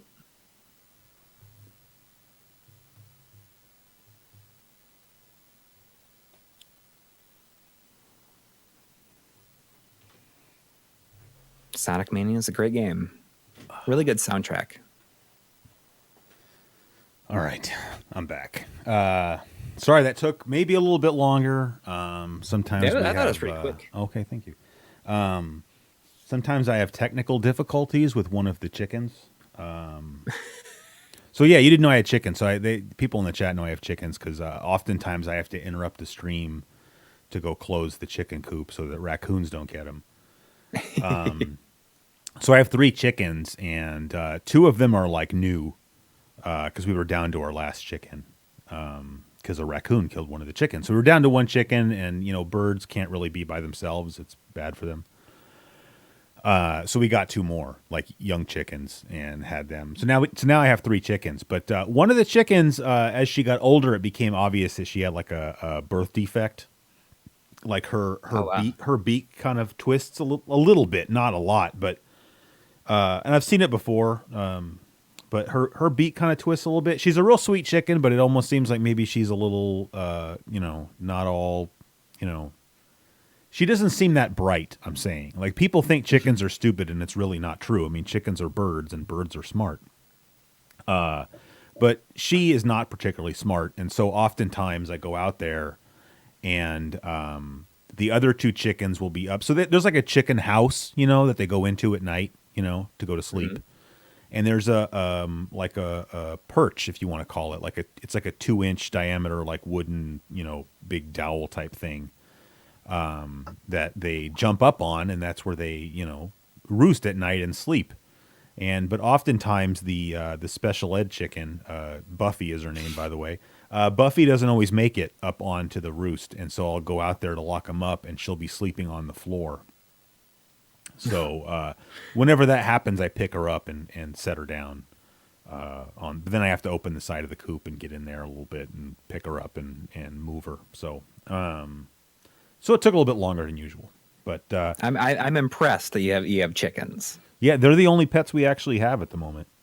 Really? Mm-hmm. I had a cat. My wife's sister has chickens. Yeah. And my wife says, if we were living any place else, I could see us like maybe getting some chickens. I'm like, listen, if we ever got chickens, like, you guys are doing that. I have no really? desire. Chickens?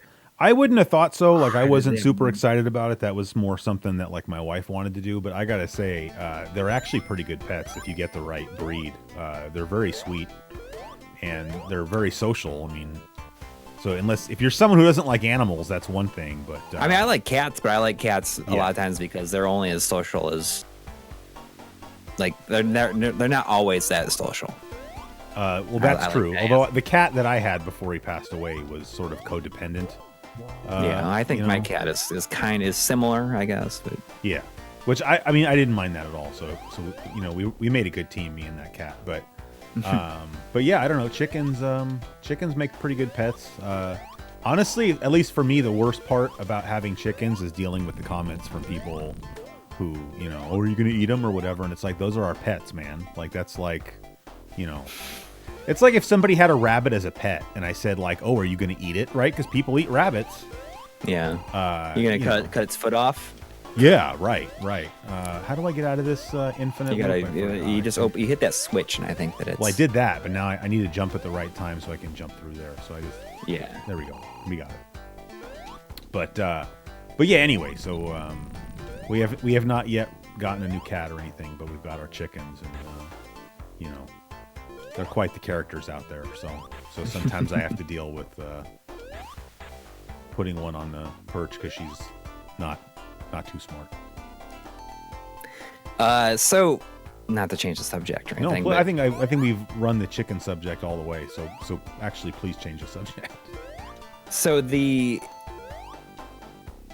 big topic of this discussion this past weekend was the Sega Genesis Mini console. Yeah, and I actually saw somebody asked about that earlier, what we thought about that, and we didn't get around to answering it.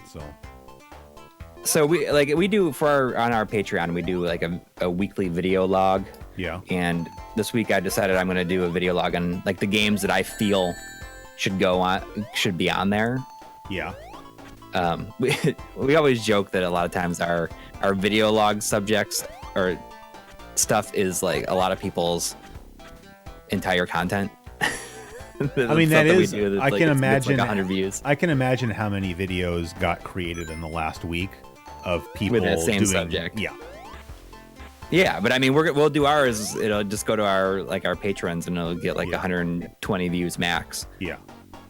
But so I've been making a list of stuff, like, because they said there's going to be 40 games on it, I think they said, and they've announced 10, so there's another 30. Wow.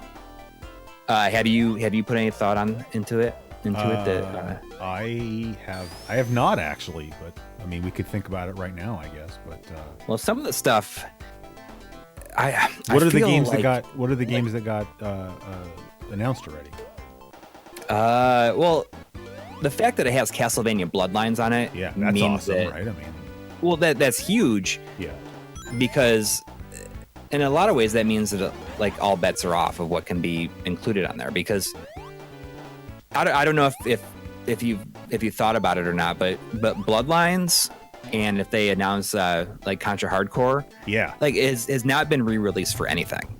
Like it never came out on Virtual Console. It's never been like re-released in any other way. I guess I didn't realize that just because I have it. So, but that I'm surprised to hear that.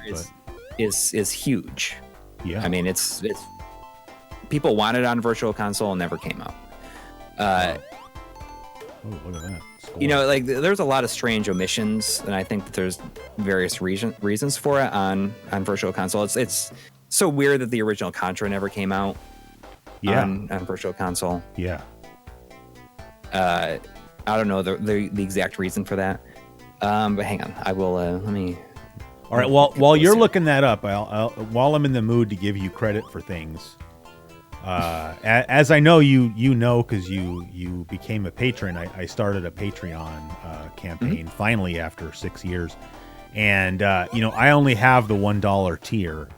And that was really also a direct result of sort of seeing you do that and deciding that I felt like that was just kind of the right thing to do as far as that goes. But right. Oh, this the $1. Yeah, because I don't want to. Sometimes I'm like, oh man, when I see some like Patreons that have half as many people as we have, but oh yeah, I think like I think a lot 7 times as much. Yeah.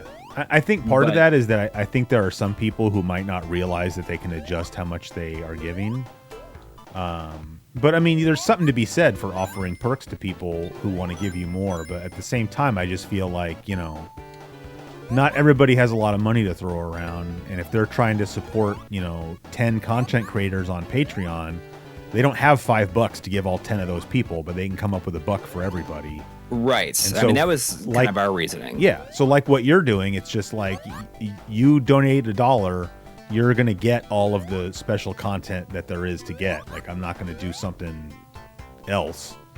The only thing I noticed, like Johnny Millennium has something where if you give him like $50 a month or something, you can actually talk to him like for 30 minutes on a video chat, like once a month, which, I don't know. I would feel awkward doing something like that. Yeah, I mean, I just talk to people most of the time, but I mean, they're just doing $1. Like we do these video logs every week. It's something we started in October, and it's very much a way for people just to kind of get to know us, I guess, just as like kind of stuff that we like. Yeah. And it's a lot of times it's stuff that doesn't have anything to do with video games. Like there's one where I went through like all my old concert tickets. Oh yeah, I think that's remember kind of that fun. one. Yeah. But the idea is we make these video logs, and yes, one comes out every week, but we want to get to a point where it takes us about 2 or 3 hours to make them, like total. You get up, like I will get up tomorrow morning and I will crank out this video, and it's very minimal editing. Yeah. And I just want like this is what it is, like this is how it is, just hanging out and talking to me, I guess. Yeah. And it was also like like the other side of it is it gets us better at just being like talking off the cuff, I guess, to a camera, because that's something I still really struggle with. I mean, that's why like I'm very envious of people like you and Bithead who can just talk and create cohesive stories, just off the cuff, and just be able to talk about it like that. I wish that I could do that, and this is that's kind of a way for me to practice at doing it. Yeah. So that's. And if you have like a specific subject to talk about it, like, or a prop, you know, like we'll do like random things. Like I did it like a unboxing of my Another World special edition that I got from Limited Run or something like that. Just stuff that, you know, you can just talk about it as it happens, I guess. But you're absolutely right about the $1 thing, where there are people out there that you know you put in your credit card number, and there's people that they're always like, most people are going to have that $1. Yeah. Compared to, you know, $50, and that means that cuts down on the amount of people that you don't get every month, I guess. Yeah. But what we did have to do recently, and I'm not sure if you have this activated on yours or not, but we had a number of people, like, even though it's $1, yeah, people would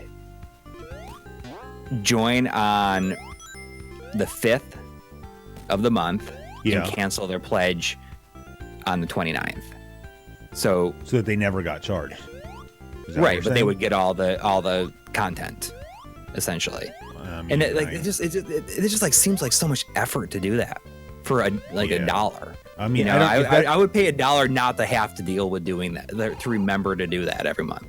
I mean, I agree, but there's people out there who like never buy ketchup, right? Because they just like go steal it from McDonald's or whatever. But yeah, I mean, if that's something that you have to set, then I have not set it, just because I don't think I don't know. I guess I kind of don't care that much.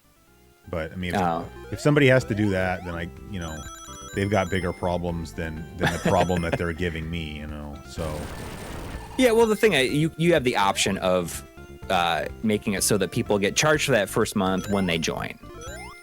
Oh, I see.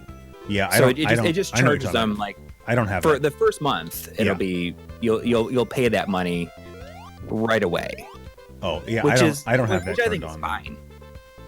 Which I think is fine, and makes people consider if that's like really something they want to do. Yeah, I mean, I wonder how many people were planning on just taking the like subscribing and canceling every month, and then they see that and they're like, well, I'm not going to do it. I'm not going to join. But I mean, I don't know. I guess my thing is just like, you're going out of your way and making like new content for your Patreon deal, and so maybe that's a little bit different. But it's just like, I think I've made like 3 posts on my Patreon page, and like, one of them was like me. I mean, all I did was I just took like the intro for that video, the Genesis video is done. So I just exported the intro and then just put it up on Patreon, and that was how I said like, hey, here's the video that I'm making. Well, that's what I'm saying is if somebody ends up doing what you just said with the starting up and canceling, just so they can see that, like they haven't really cost me anything, and I just I don't, like I said, if that's something that they're doing, then like I said, I'm not trying to sound like a mean person or anything, but they've got bigger problems than what they're causing for me. So I'm not saying you shouldn't do what you just said. I mean, like once you sign up for it, you can't opt back out of it anyways. I think my bigger concern would be somebody signing up for your Patreon, and then see, that's a little trick to this game, is if you die before you get to the first checkpoint, you can always replenish the life that you lost there. Like I always worried if I actually posted something, because I don't know why I was thinking about this today, that like something you could do for your patrons is like you could have like a separate channel, right, where like you re-upload all of the content that you uploaded to your main channel, and it could all be like ad free, right? So like if somebody wants to watch like your Mega SG review video, they could watch it ad free if they're a patron by clicking this link and going to this other version of it. But then like somebody would just end up. I'm sure somebody Sharing would that. end up sharing the link. Yeah. Right. What was my point in even saying all that? I don't even remember. But it was just something I was thinking you could do. But that's the kind of thing where I would be worried about, somebody like pulling some monkey business on Patreon. We started doing these audio commentaries for episodes where we just like watch an episode and we like talk about it while we're watching it. It's something how does somebody consume that? I mean, it's just like how our live streams look?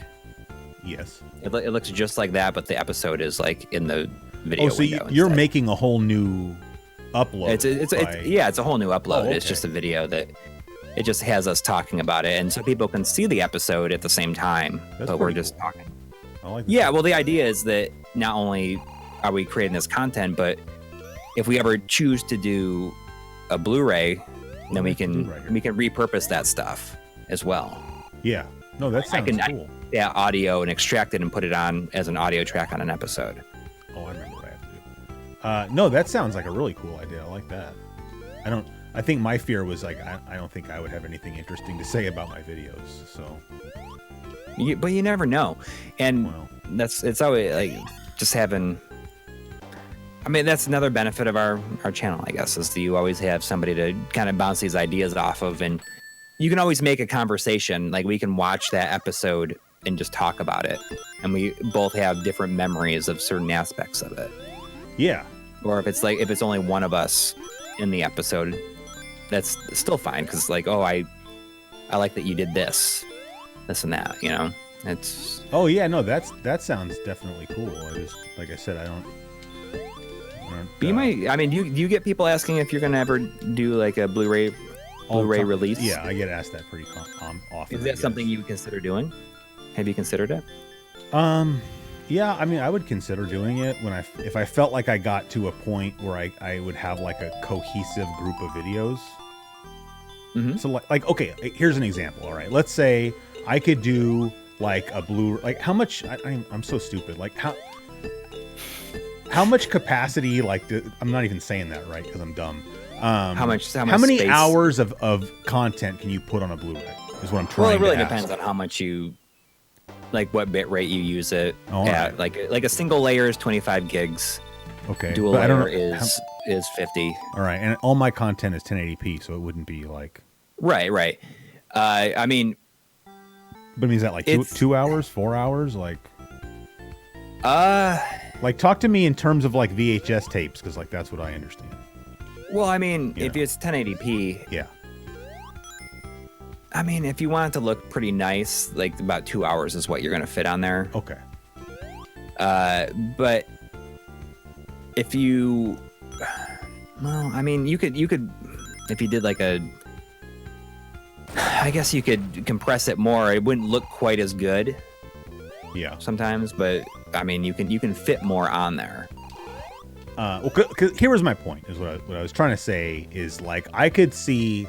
For instance, like, I could make a Blu-ray and do like the launch of all 3 consoles from the 16-bit generation, right? Like it could be like launch of the Super Nintendo, launch of the Genesis, launch of the TurboGrafx 16, right?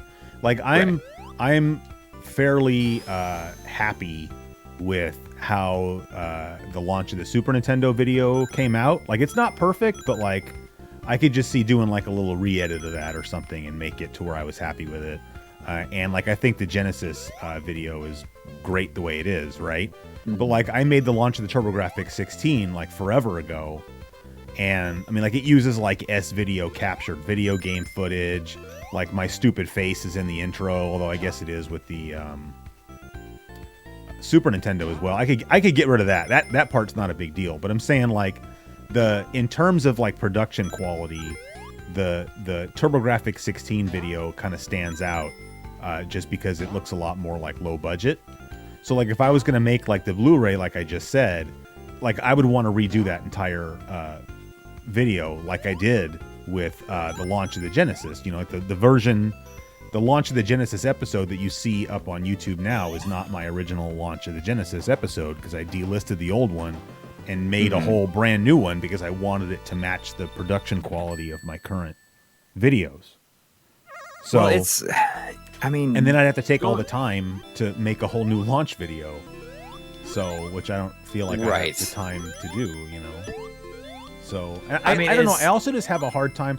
I'm not a good judge of like what sells and what doesn't sell, because like to me, I don't understand why anybody in this day and age would still even buy a physical disc.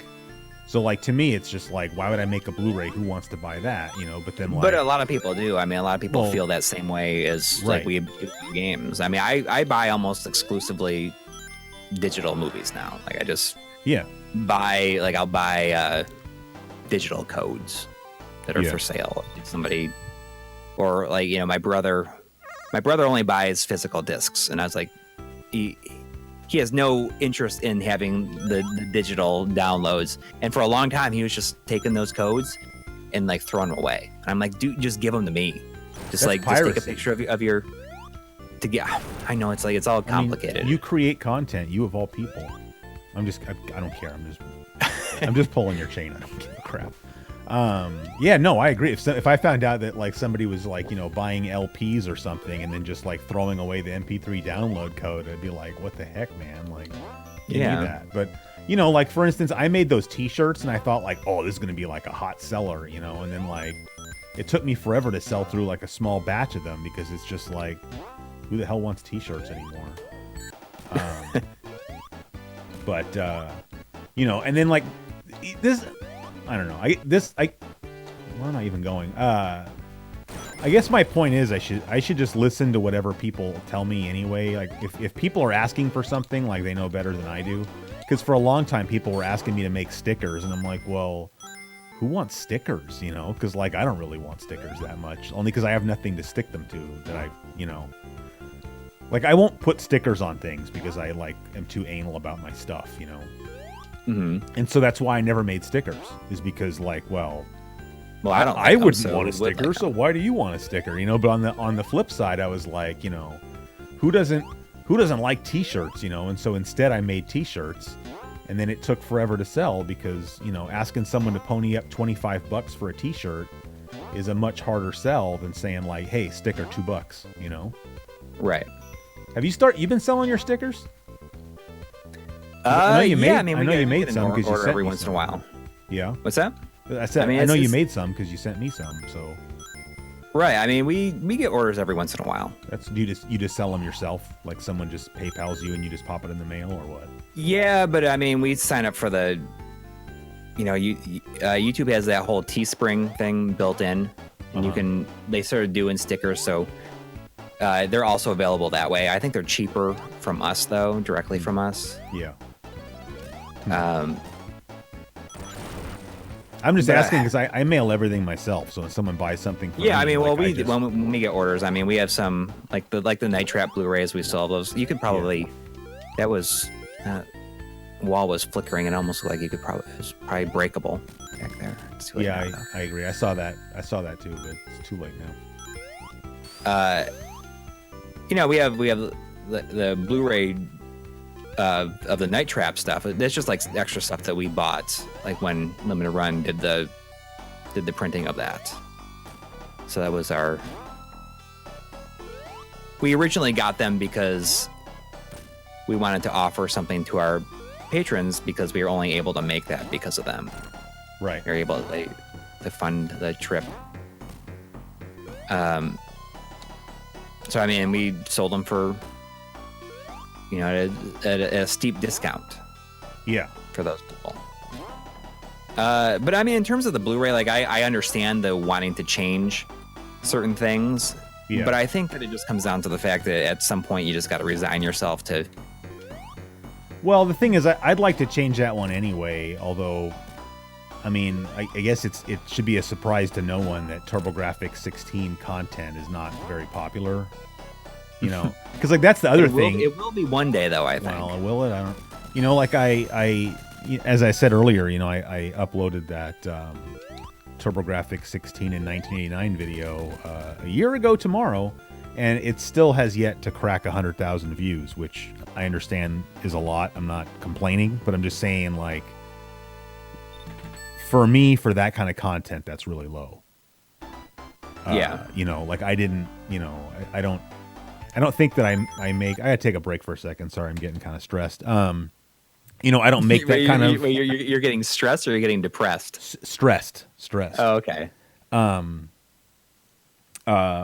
You know, I don't make that kind of content because I think like, ooh, this will make money. Like to me, it's like, it's just a natural continuation, right? Like, okay, I made the launch video. Now I'm going to make the TurboGrafx in 1989. You know, so I'm not saying I regret making it, but I'm just saying it didn't get that many views just because how many people are looking for that kind of content. Right. I see apparently we have a new live stream viewer, Mike Flynn. Mike Flynn. So welcome, Mike Flynn.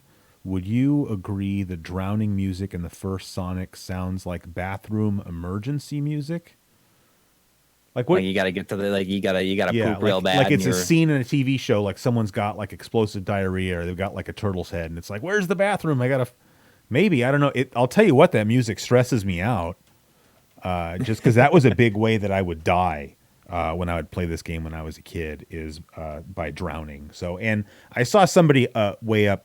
Like it's gone now, I guess. But somebody said something about the Labyrinth Zone being, in their opinion, the worst set of levels like in the whole series. And I actually would kind of, I don't care for the Labyrinth Zone. Like that's something I have to get through to you know, get to the next area. So as much as I probably love the this worst game, music in the game too. I mean, actually, you know, the music is pretty good. I like after it's been going for a little bit and it has that kind of breakdown part. It's pretty good. Yeah. It's not too bad. But it's definitely the worst level in the game, for sure. And and then Eddie's saying I should make a CGQ podcast. You know, I mean, I wish I had. I wish I people... had time. I actually had a cool idea for people probably wouldn't like this idea anyway, but like I thought it would be cool to have a podcast where like every week or every episode I had a co-host, and the co-host was different, but not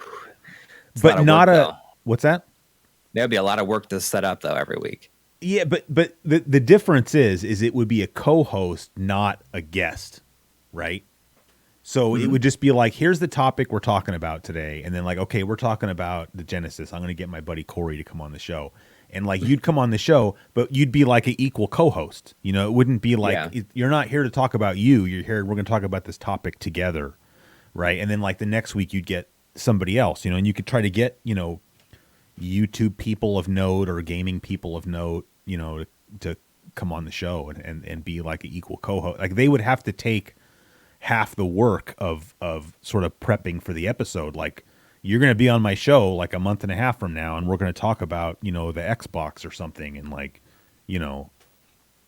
be ready and have equal input into what the show is going to be like, I don't know why. That was the idea I came up with. I'm never going to do it. I'm saying that nobody get excited. I'm never going to have a podcast because I just do not.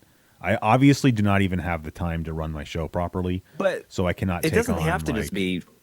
I was going to say earlier. I mean, I just saw it pop up, and Chris Cuthbertson in the chat says, I mean, flashback episodes are basically podcasts. Yeah, which is pretty true. I mean, if you well, to give you an idea of how those if you call them podcasts on the other channel, right? I bet you that would go over super well. I mean, you look at something like This Does Not Compute. Colin, he does when it's just him talking about stuff, like talking about a subject, like he always just calls them podcasts. Even though I always think of podcasts as something you listen to on your iPod or something like that, that in its audio only, but that's definitely not the case, I guess. Oh yeah, but I mean, I've had people asking me to just turn the flashback episodes into a podcast, meaning just take the video I already made and just strip the audio out and like upload it. And I even said, oh yeah, I'll do it. And then I even went on YouTube because I don't on my main channel I save like the master file or whatever of all of my videos, but like for this channel, I don't save any of them. Like it's uploaded, I just throw it away. And so, like, I went and I re-downloaded all of the flashback episodes, and now I have them all. But now they're all YouTube compressed, so that I could strip the audio out and upload it. And it's just like I just don't have. I don't have the. I want to say I don't have the time, but it's like I don't have the bandwidth to keep track of like I have to do this and I have to do that. Like, I obviously already don't have the bandwidth for all the stuff that I'm trying to do just in my life in general, and so it's like I can't do another one. I don't, that's the kind of reason I wish I had somebody else, even if I hired an intern or something, where I could just say like, hey man, like, can you please just take all these and strip the audio out, I can. I mean, I can do it. I do it like No, every I week. can't, yeah, I can't, I'm not going to ask you to do that, but But if you I need do like a something college like, student that I can pay like $10 an hour or something, no, I like seriously. All you need to do is, I mean, it's a free program. Just download a 4K video downloader, Yeah. and you just put it in the thing, and you can rip it as an MP3. Yeah.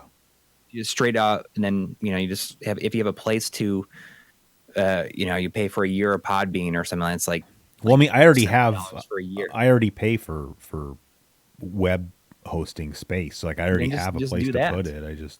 Why am I getting so many emails? But it's right. Basement Brothers, right? You'd have a whole new audience for just the audio. I mean, a lot of people would just, it's just download a 4K downloader, and you can just download it as an MP3 Yeah. and just post that up. I mean, that's what I do. I do it, make a time to do it like every Monday morning, where I take our live stream for the night before I download it and just post it up. Yeah. And it literally takes less than 5 minutes to do. Yeah. You got another $10 from Two Kings. Yeah, Tommy. Says, I remember back when you Tommy. started streaming, I asked if you would ever consider it. You said you didn't have the time, and we're not sure people would watch. It's very I'm glad true. you did. Turned out to be I honest. didn't, Awesome. I didn't realize that. See, that doesn't that make it even worse that Tommy was one of the driving forces behind the live stream, and then I stream it on a night when he can't watch it? Like that makes me a huge piece of crap. Yeah, but you have the yeah. the But thank archives. thank you people very much, Tommy. That's very nice of you, and I appreciate it. And I mean, Corey's right, and those of you that are in the chat are right. Like, I mean, I should. It's just I have to set the time aside and just say it's no different than like the store, like the CGQ store. I just had to say, okay, it was like a Saturday, and I'm like, I am not working on the show today because I'm going to revamp the store instead. So I mean, I just need to do that. I mean, because you're not wrong that it would be easy to just do that. So I mean, I didn't even think about it from the point of view of like trying to get a whole new audience, because kind of frankly, I'm not really trying to do that over on this channel. I feel like I've been very lucky that I don't really have to deal like with negativity. Like one of the things I don't understand, and sorry we're taking a break from playing the game, but one of the things I don't understand about other YouTubers is how they manage to like filter out the negativity and not let it affect them so much. Cause like I was thinking about this yesterday, cause like somebody said on the Discord that like they thought, I'm not saying they're correct, but they were saying that they thought that like I'm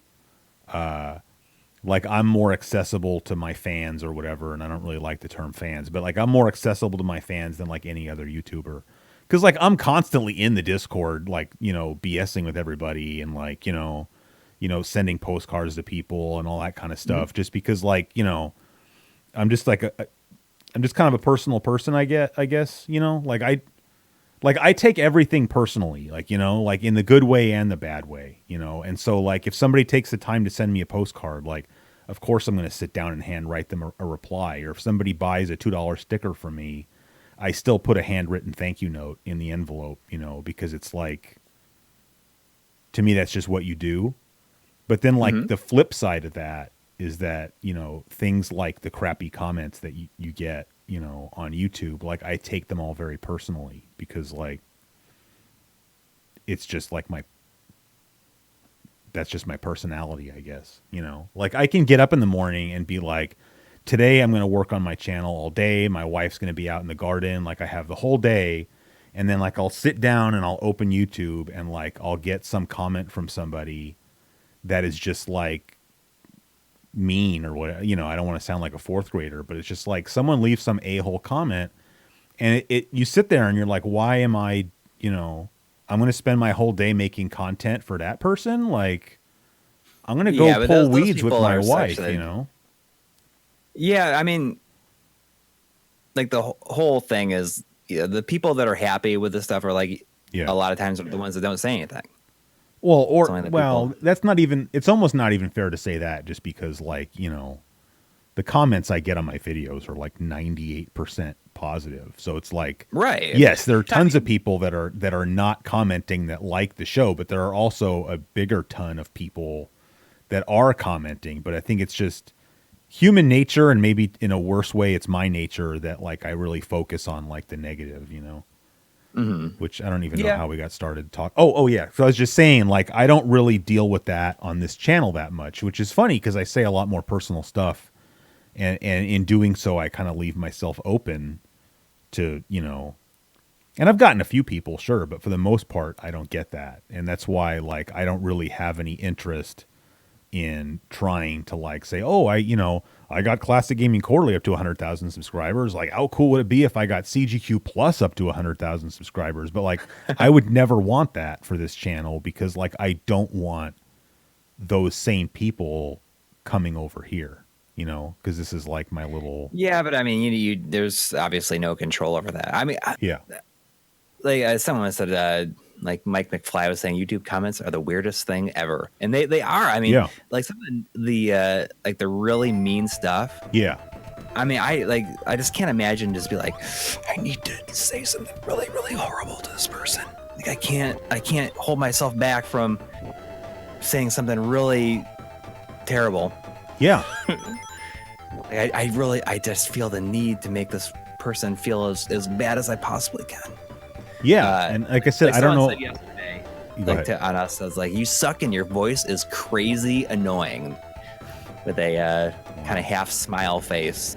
Like that was just okay. Thanks, C Steven 333 Yeah, and your 0 subscribers. yeah, and then I don't know why I care about that because sometimes I'll check that and be like, well, does this person have any content on their channel? And of course, they never do. Right. You know, because I feel like even like the worst, you know, YouTube content creator, like there's still like a certain level of decorum because it's just like, you know what it's like. You know what I'm saying? Exactly. Like I've never gotten like a really crappy comment and then looked and been like, oh wow, that guy actually has a channel and still did that. Like that never ever happens. Right, because a lot of those people realize that Yeah. we're in this, a lot of this together, you know. We don't want to make each other feel like crap. Right. And my only point in bringing that up is I'm just saying like that's for that reason, like the idea of like ooh, that's bad. The idea of like growing this channel is not really like, you know, you're not selling me on the idea of, you know, doing something like a podcast by saying like, hey, you could grow this channel. It's like, no, thank you. I think you just hit a different audience. Like, I think it'd be interesting to see what it could possibly bring. And you never know. You never know. I mean, like the Sunday night things that we do, the people that download, I think it gets like 100 downloads or something like that. The audio version. Per one. Yeah, I mean, Wow. we do. Because I've wondered how but- that did because I feel like, are you kidding me? Well, I mean, Because I just feel like if I uploaded an audio version of this, like who wants to listen to that? But I don't. Maybe you guys probably talk about more interesting. It's harder because it's usually just me, and so I'm usually either talking to myself or talking to the guys in the chat. So what am I doing wrong? See if I can see like how many downloads. Oh, that's what I was doing wrong. Wow. We get. I mean, I guess. Like we got 68, 88. Oh. I mean, I guess it does a little bit better. I mean, we get like 150. It's still pretty good. I mean, Yeah, I mean it's not horrible. Some are obviously better than others. yeah. You got a $2 donation from Philo. Philo Sophic. Is that Is your name in any way a reference to the Philo from UHF? I don't know what that Philo's last name was. I'm not sure if it was Sophic, but I love that movie. I think I told this story before, but the first date that you buttwad, the first date that I ever went on, I was like 11. And before anybody thinks I'm some kind of ladies' man, it was also the last date I went on for a really long time. But I asked this girl out, and I specifically, I think, asked her out to go see UHF. But somehow, I mean, fair to say that UHF is not like a chick flick. So, but we ended up, I don't know if you even remember this movie. We went and saw Parenthood with Steve Martin and Rick Moranis, which is a really, really good movie, to be fair. But at the same time, I was 11, so. Mike Flynn says your UHF Blu-ray is signed by Weird Al. That's pretty awesome. I haven't sent it yet. I don't know if there's anybody in the chat who's a NHL hockey fan. Or are you, Corey? You watch the hockey, or you play hockey games at all? Not as much as I used to. I mean, I grew up outside of Buffalo, so I mean, I like the Sabres, but I have not been following. I've been a bad fan for a little while now. So I'm not so much into hockey anymore. Like, I'm not saying I dislike it, but I kind of lost interest after that. There was that season that got canceled. Yeah, I remember. Was that like 2003, maybe, something like that? I don't remember exactly, but yeah, it's kind of a long time ago now when you think about it. Yeah, but I mean, it was just like, first of all, having a canceled season was pretty lame. But also, as a sort of part of the fallout from that, was that ESPN stopped showing hockey. And part of my big thing with watching hockey was watching ESPN National Hockey Night, and having like Bill Clement and Gary Thorne or Darren Pang or Brian Engblom. And but anyway, I mean, that's getting off topic, but and I was really into hockey video games. Like I started off playing like NHL 97 on the Genesis, and then I moved to NHL 97 on the PlayStation, which is not nearly as good of a game as the Genesis version. And then I got NHL 98, like right when it came out, which I don't know if you've ever played NHL 98. No. So NHL 97, 93 and 94. Oh, all right. So NHL 97 was like a really, really bad game. And it makes me wonder, because there was no Madden. The first iteration of Madden, right, got canceled on the PlayStation, just because it, sucked. And I always kind of wondered, the same thing should have happened with NHL 97, because the game just was really, really bad. And but NHL 98 was really good. Now, 97 did not have live commentary. It had John Davidson, which, I mean, if you're a Rangers fan, you know who John Davidson is. But back when they had the NHL on Fox, Doc Emmerich and John Davidson would call the games together. And so, I mean, he's a pretty famous guy, but he would like, what am I doing here? Like there would be like in between the periods commentary that was like super generic. And then John Davidson would also act as like the arena announcer. So like when I scored a goal, it would be like, Detroit goal scored by number 19, Steve Yzerman, but other than that, there was like no commentary in the game. And then when NHL 98 came out, it had like full like sports talk baseball style, like live, like play-by-play and color commentary, which, am I supposed to go up or down here? Which sounded really awesome. And it was the first sports game that I ever played. I wasn't a big sports gamer growing up, that was the first sports game that I ever played that had this live commentary, which like really brought the game to life more. And And the two commentators that they had, or the commentator and the play-by-play guy and the color commentator, it was Jim Hewson and Daryl Ray. And Jim Hewson, I guess, is now like a big deal on CBC, like he does national or Hockey Night in Canada and stuff. But I'm not Canadian, so I never knew what happened to Jim Hewson. But Daryl Ray is now like the color commentator for the Dallas Stars. And I don't remember how it even happened that I ended up finding Daryl Ray on Twitter and following him, because I don't really follow that many people on Twitter. But for whatever reason, I was like, oh, Daryl Ray, and I followed him on Twitter. And like last week I tweeted at him and I just said, hey, Razor, that's his nickname, Razor. If you're hockey players, they all have nicknames. No, you don't ever call a hockey player their actual name. So, Daryl Ray is Razor. And so I tweeted at him and I just said, hey, Razor, is there any chance that, I could get you to autograph my copy of NHL 98? And I figured, most people, like people of note like that, kind of have Twitter set up so that if you don't follow the person, you don't even get a notification that they tweeted and mentioned you, because you can imagine, right? You're famous. If you didn't have, every time you logged onto Twitter, you would have like 999 plus Twitter notifications, So, but he actually replied and he was like, oh, there must be a way we could do that. And then he sent me a private message and gave me an address. That's awesome. To send my game to. So I need to send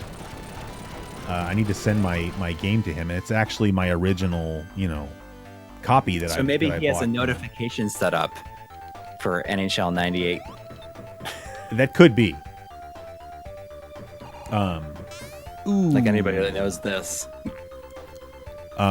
Yeah, but yeah, anyway, I didn't send it to him because then I realized that my copy is not like in, like, I don't know why I care, but like my copy's like not in perfect condition. And so then I was like, well, what if I could get like a brand new copy of the game and then open it and send it to him, and that way it would be like a minty copy, but of course, you look on eBay and it's like, if you want like a sealed copy of NHL 98, it's like $40 or something that I'm not going to pay. So, but yeah, it's funny because I've never been somebody that was like into like getting my video game signed. You see people that will like, get like Shigeru Miyamoto or something to sign their. Well, yeah, I mean that makes. Which that makes I'm not sense. saying I wouldn't do that. I mean, I've never been in a position where that was a possibility. Like I've never gone.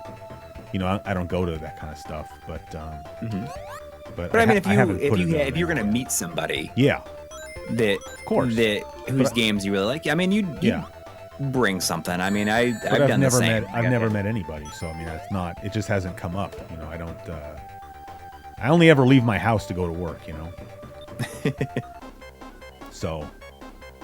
If you ever ran into, if you had a situation you're going to be going to something and you knew that somebody was going to be there whose stuff you really liked. Bubble, damn it.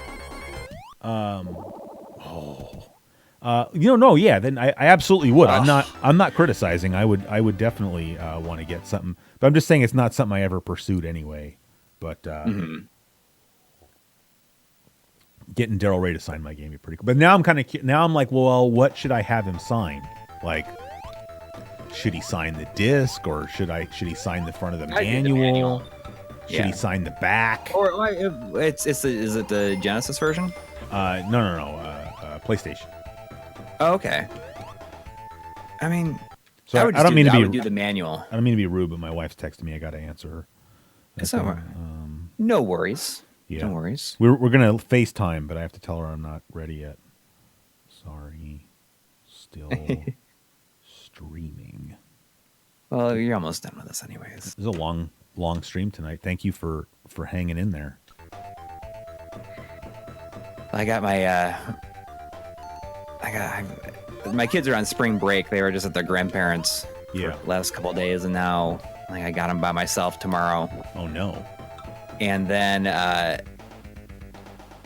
my wife is taking the kids and going to her sister's for the weekend. Wow. So then I do that. So I got the whole place. I'm just gonna hang out and I'm actually just gonna work on doing this Phantasy Star episode that I've been working on for way too long. I mean, that's all I've been doing. My wife left Monday morning and isn't coming home till tomorrow night. Yeah, I've just been working on my show, so I know what you're saying.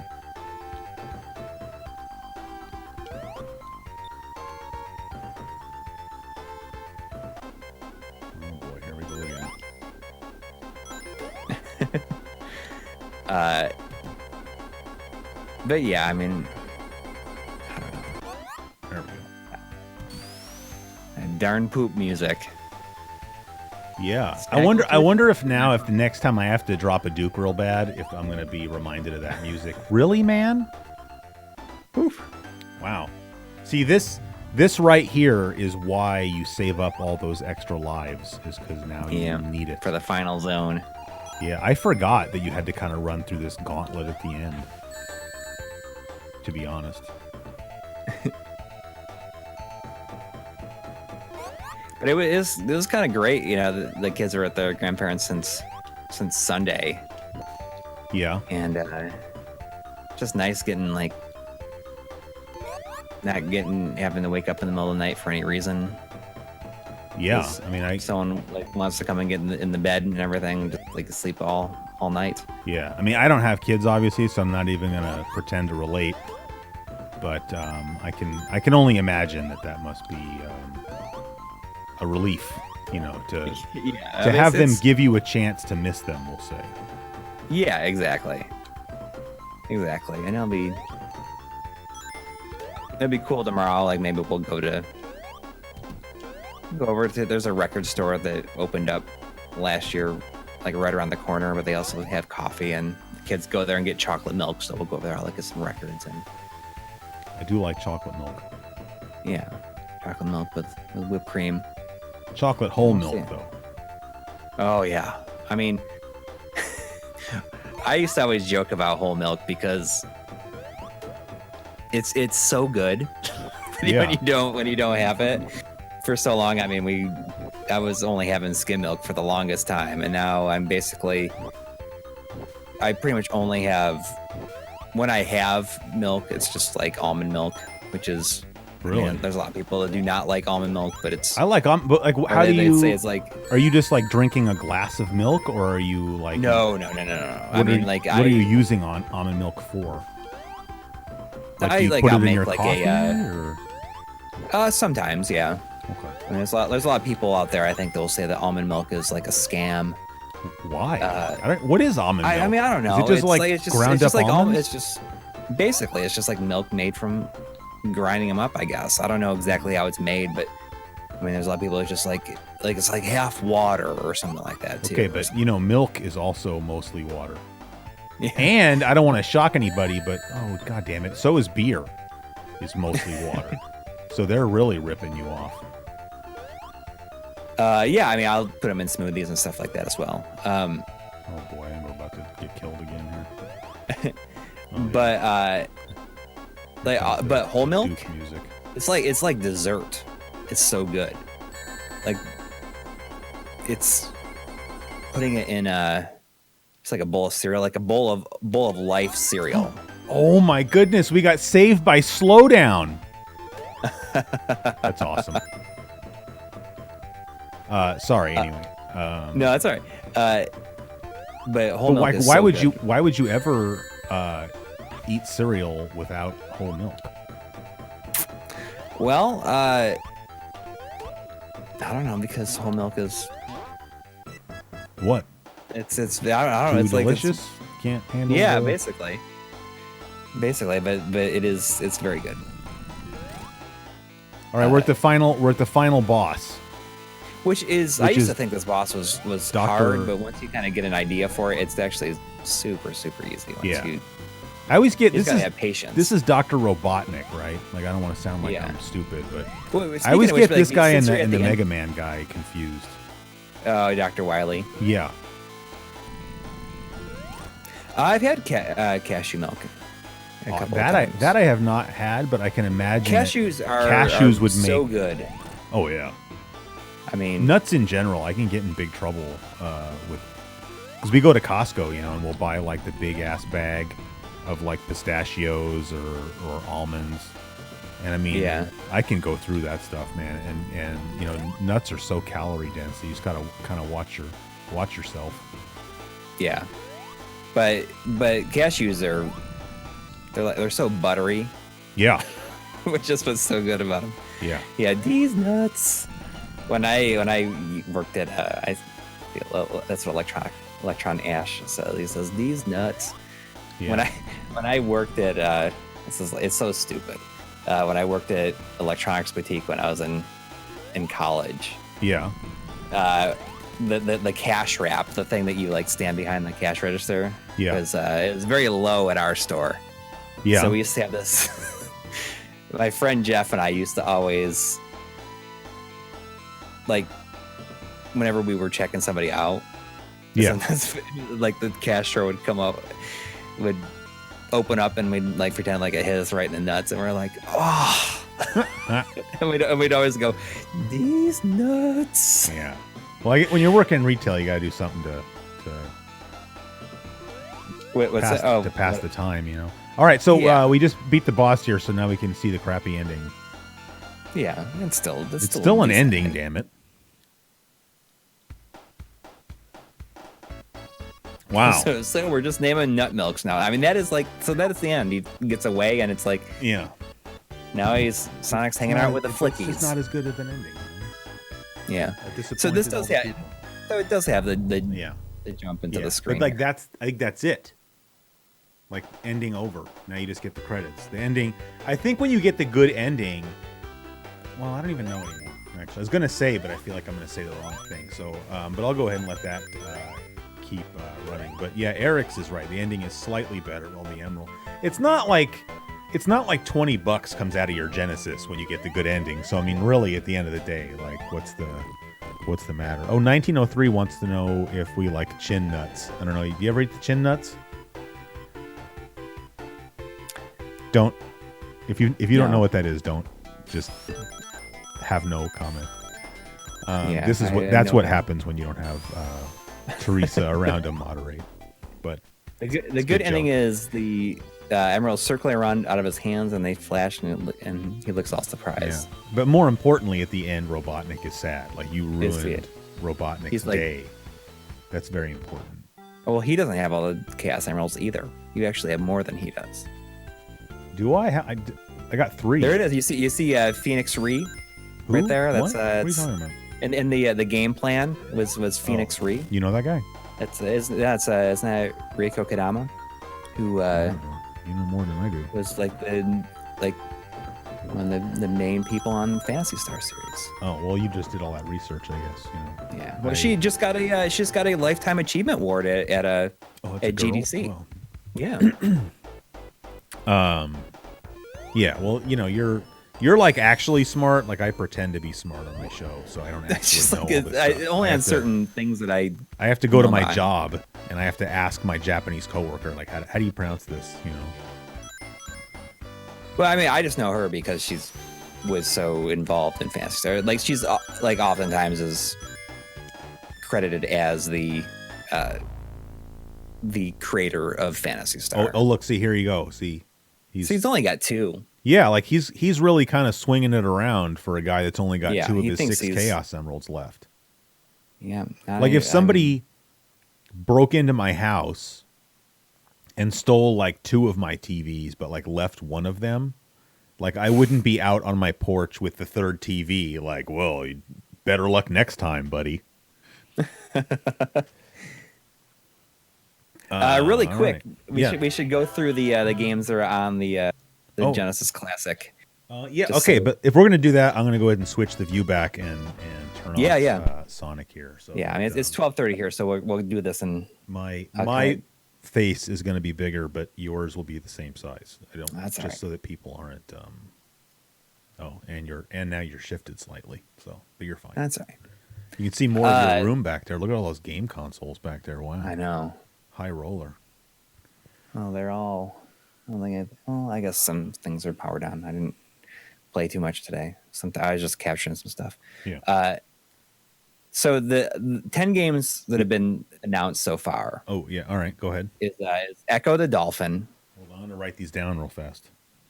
You can just go to genesismini.sega.com and look at them if you want to. Go ahead. Echo. Castlevania Bloodlines. Space Harrier 2. Okay. Shining Force 1.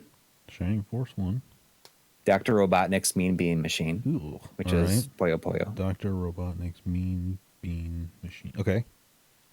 Toe Jam and Earl. Oh, all right. Well, that's pretty good. Comic Zone, Yep.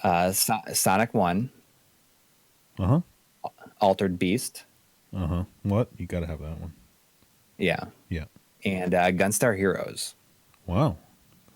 I mean, that's pretty good ones to start with. Well, Gunstar Heroes has the same initials as George S. Hallis. Wow. Has the same what? Initials as George S. Hallis. He helped found the NFL. Doesn't matter. The Bears all have that GSH patch. So Oh, okay. anyway, it doesn't matter. Okay, all right. So, well, I mean, that's obviously we talked about Bloodlines. It's awesome that that's in there. It's awesome that Gunstar Heroes is in there. Yeah. I mean, those are the real big ones, but I think that Toe Jam being on there is cool. Having Shining Force on there is cool too. I mean, yeah. see, for me, I think I have a different attitude than some people. I mean, the reason I do the things I do on my show is because those are things I'm personally interested in. You know, like I like the history of video games, right? So, like, somebody might say, like, "Oh, I don't want to play Altered Beast," or "I don't want to play Space Harrier 2," but for me, it's like you have to have those games on there. You know, just exactly.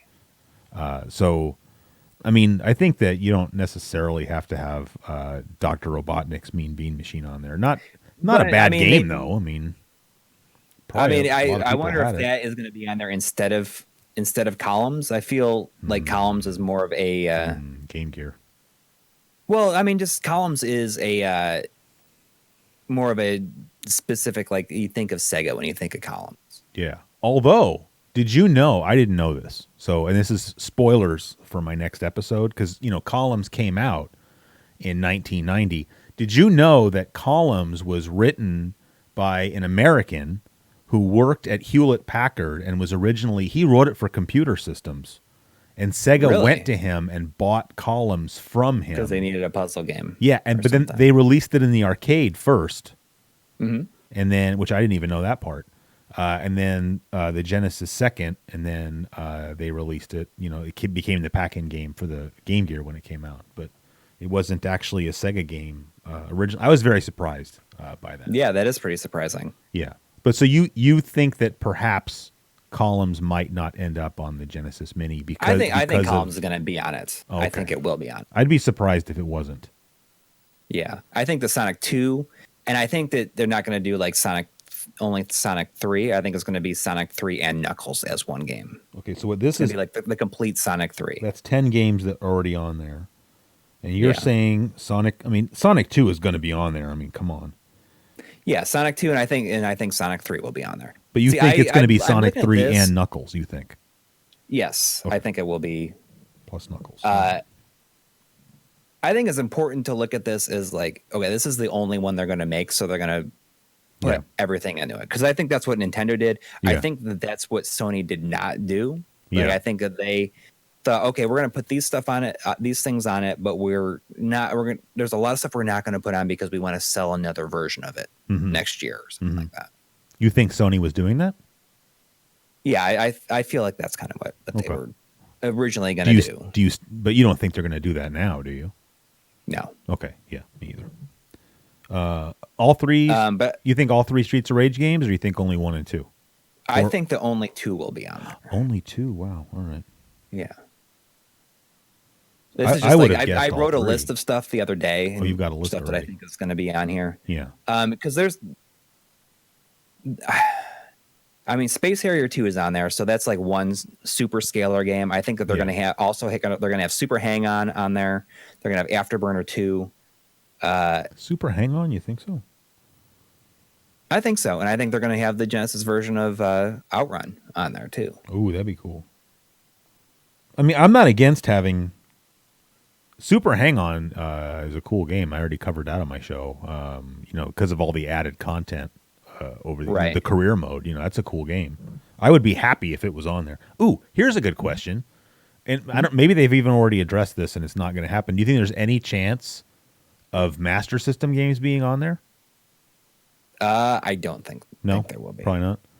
And it'd then be cool. this Seraphims, I don't know how to say your name, dude. He's mentioning Thunder Force. Oh What yeah, do you think? Because Thunder they left that off of the whatever that collection was that just came out. but Sega does own all of Technosoft's stuff, right? Right. And I think that, I mean, it'll probably end up being Thunder Force 4 or Lightning Force. Yeah. It'll be under, but I wish it was Thunder Force 3. Yeah. Is that your favorite? I think it's the best one. It's my favorite. So, although I like Thunder Force 2 a lot too. Thunder Force 4 is actually my least favorite. I think the Herzog's Y is going to be on it. Yeah, I think because that was recently announced to be as one of the Sega Ages on Switch, which is kind of huge when you think about it. Because Herzog's Y is one of the, if not the very first, real-time strategy game. See, here's the thing. I actually struggled with this a little bit because I covered Herzog 2 in this episode that I'm working on now. Mm-hmm. I've never played the original Herzog, right? Because that was in Japan only. But it was a very similar game, was it? Maybe you don't know. If you don't know, it's fine because I don't really know either. No idea, but I know it. Herzog 2 was just like a continuation, sort of gameplay wise, of the original Herzog. So I was very careful with how I said it in the video because it's like, I don't want to say, oh, Herzog 2 was the original, because then I could see people saying, well, what about the original Herzog, But I need to load that game up on forgot about. That's the thing I hate. Oh, well, I don't. It's not that I forgot, but I mean, Zwei means two in German because it's the sequel to Herzog, So I need to load Herzog up in my Mister and check it out. But to me, yeah, if they put Herzog Zwei on there, that's pretty awesome. Yeah, I just feel just like because it's a less obvious one to put on there, I think, but it's one that should be on there. But with Castlevania Bloodlines on there, I think the Contra Hardcore is going to be on there, and I also think that Rocket Knight Adventures is going to be on. Really? Yeah. All right, so you think Contra is going to be on there, Hardcore, and you think Rocket Knight? I don't know. I think that Ghouls and Ghosts is going to be on there. It better be. Well, yeah. I mean, I was just talking the other night. I think the Ghouls and Ghosts is my favorite Genesis. Wow. Wait. Better than more so than Sonic 1. Oh yeah, yeah. Wow. I mean, Ghouls and Ghosts is a game that I go back to even often now. No, same here. I like that game a lot. And that is essentially a Capcom game, even though Sega programmed that version. Yep. I thought, okay, so if Ghouls and Ghosts is going to be on there, probably Strider will be on there. Ooh, hey, so what do you think of Strider? I like it. Really? Okay. I mean, it's in retrospect. I mean, going back to it now, it's kind of a messy game. Yeah. it feels pretty buggy. Yeah. Even though it's not, it's just like a lot of. Yeah, I'm just like I'm not a huge fan of the arcade version. Was kind of like that too. Yeah, yeah. I just feel like Strider is this game that you're like supposed to like. But whenever I say that I don't really like it that much, I always get a lot of people saying, "Oh, I don't actually like that game either." But it's like it seems like sacrilegious, like it's like saying you don't like the movie Ben-Hur or something like that. I don't know, like how can you not like that? But it's just like, eh. And I played Strider back in the day. I mean, it's not like I'm just playing it now and it's just like, okay, maybe it doesn't hold up. Like I was playing Strider in like 1992, I guess, which I understand is a little bit after it came out, but we never liked it. So all right, so you think if Ghouls and Ghosts is on there, you think Strider will be on there. What about Golden Axe is going to be on there for sure. I was going to ask that next. What do you think? I mean, obviously the first one, but do you think there's any chance of 2 or 3? I don't. I think that just Golden Axe 1 will be on there. Okay. And then Revenge of Shinobi's got to be on there, right? I mean, Revenge of Shinobi is going to be on there. I hope that it's on there, especially since Yuzo Koshiro is doing the menu music, I guess, for the system, which is that's a big deal. So I think that Revenge of Shinobi will be on there for sure. I'm sure that. Oh yeah, look, Eric's sure called it. Strider was a weekend rental. Mm-hmm. Yeah. Huh? Yeah. By the way, I say that phrase a few more times in the next episode. That Christmas that I got it, but I still like it. I'm not saying I shouldn't say I don't like it. Like I play it and like it's good. I just wish it was like better. Like I don't think the gameplay is as good as it should be. Like it's got awesome graphics and really great music, but like the sound effects are just kind of not great, and it's just like the gameplay is, I think, not as good as. But Revenge of Shinobi is definitely going to be on there, and I think Shinobi 3 will probably end up being on there, even though I don't think that it needs to have both of them. I see that Seraphim was saying Shinobi 3 is the superior game. Yeah. And Don't I add don't him though. agree. You're basically Yeah. adding him right now. I am. He specifically told you not to. I mean, I see that Alejandro agrees with me. I think that Revenge of Shinobi is a better game.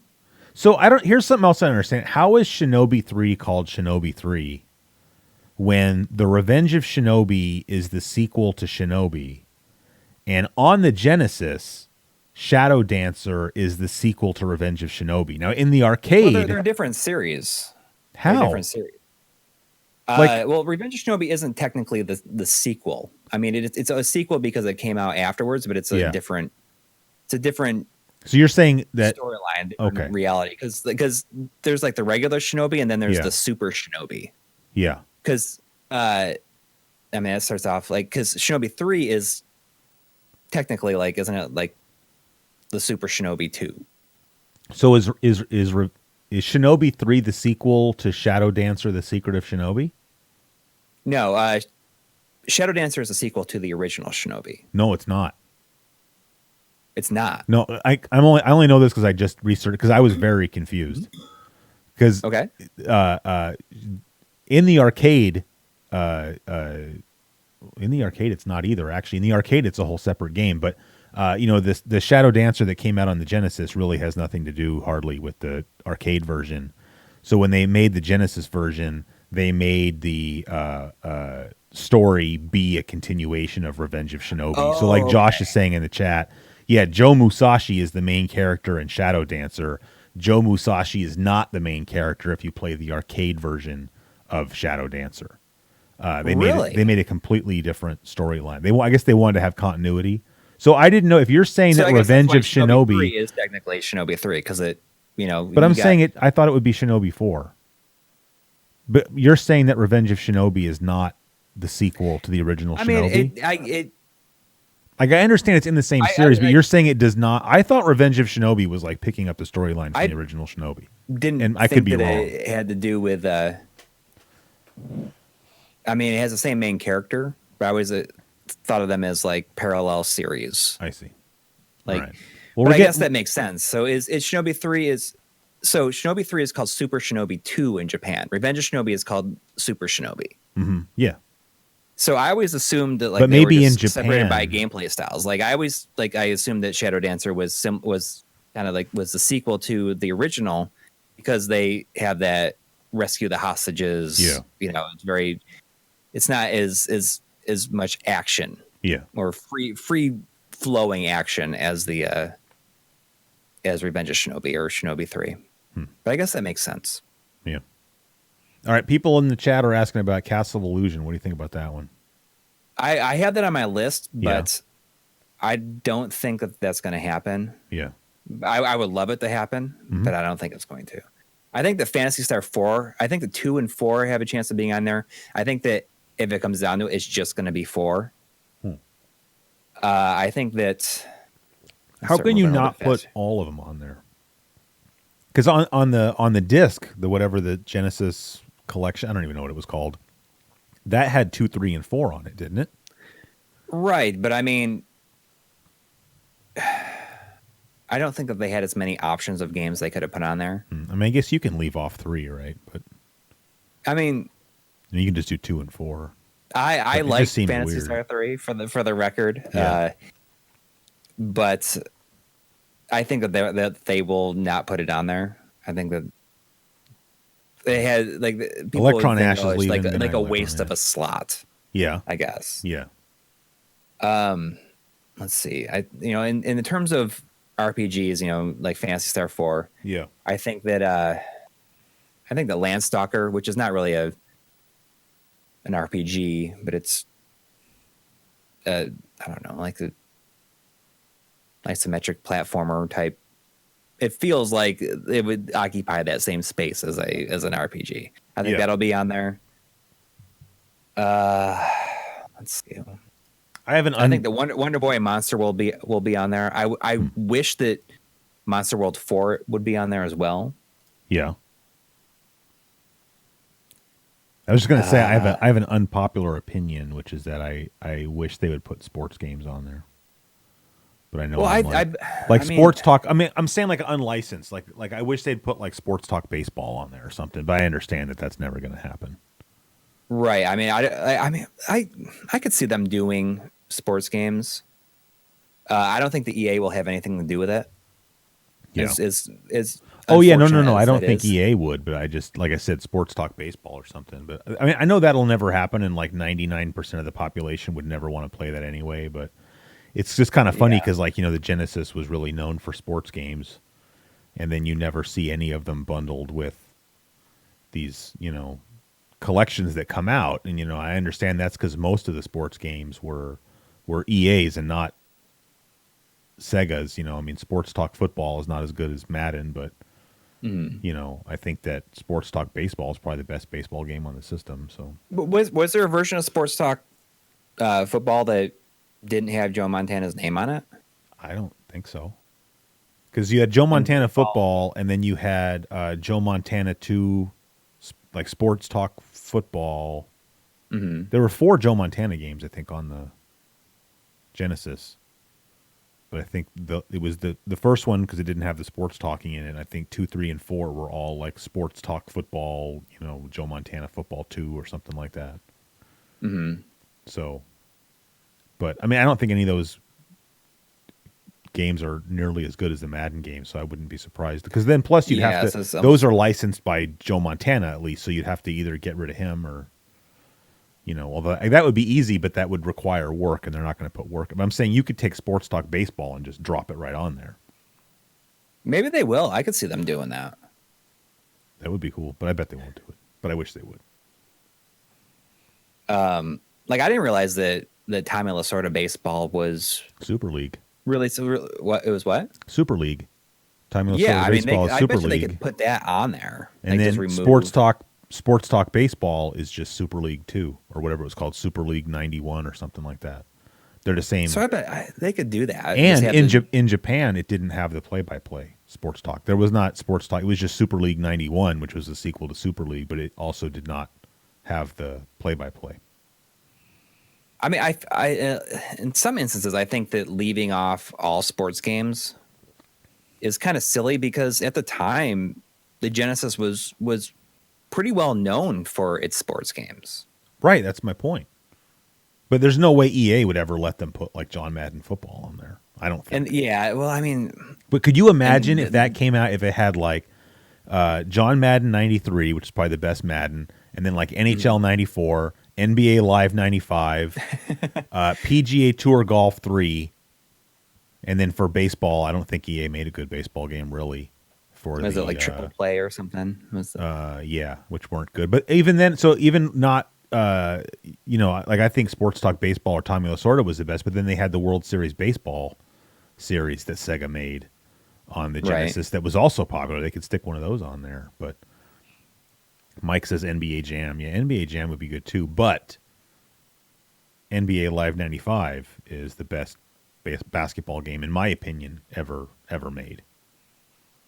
But Wow. I wouldn't even compare that to NBA Jam because they're just like different types of games. Like that's an Yeah. arcade. I mean that like those games are so awesome, but in terms of like a quote unquote like real basketball game, like I think that it peaked with NBA Live 95. It's funny. I don't know. It was like a couple years ago or something, or maybe it was a year ago. I uploaded that video where I showed my entire Genesis collection. Like I went through each one and I got to the sports games and I was talking about how like I don't like modern sports games. Like I think that sports games peaked in like the 16-bit era because now like I made this offhand comment about how like I'm an old man and that's too many buttons for me, and it's just like I'm just joking. Like I don't really think like I'm 41. I'm too old to play like Madden 19 or whatever. Like that's not really how I feel. It's just like something you say, But I really Yeah. they're too complicated that they've lost my interest because they don't have that Yes, pick up and exactly. play.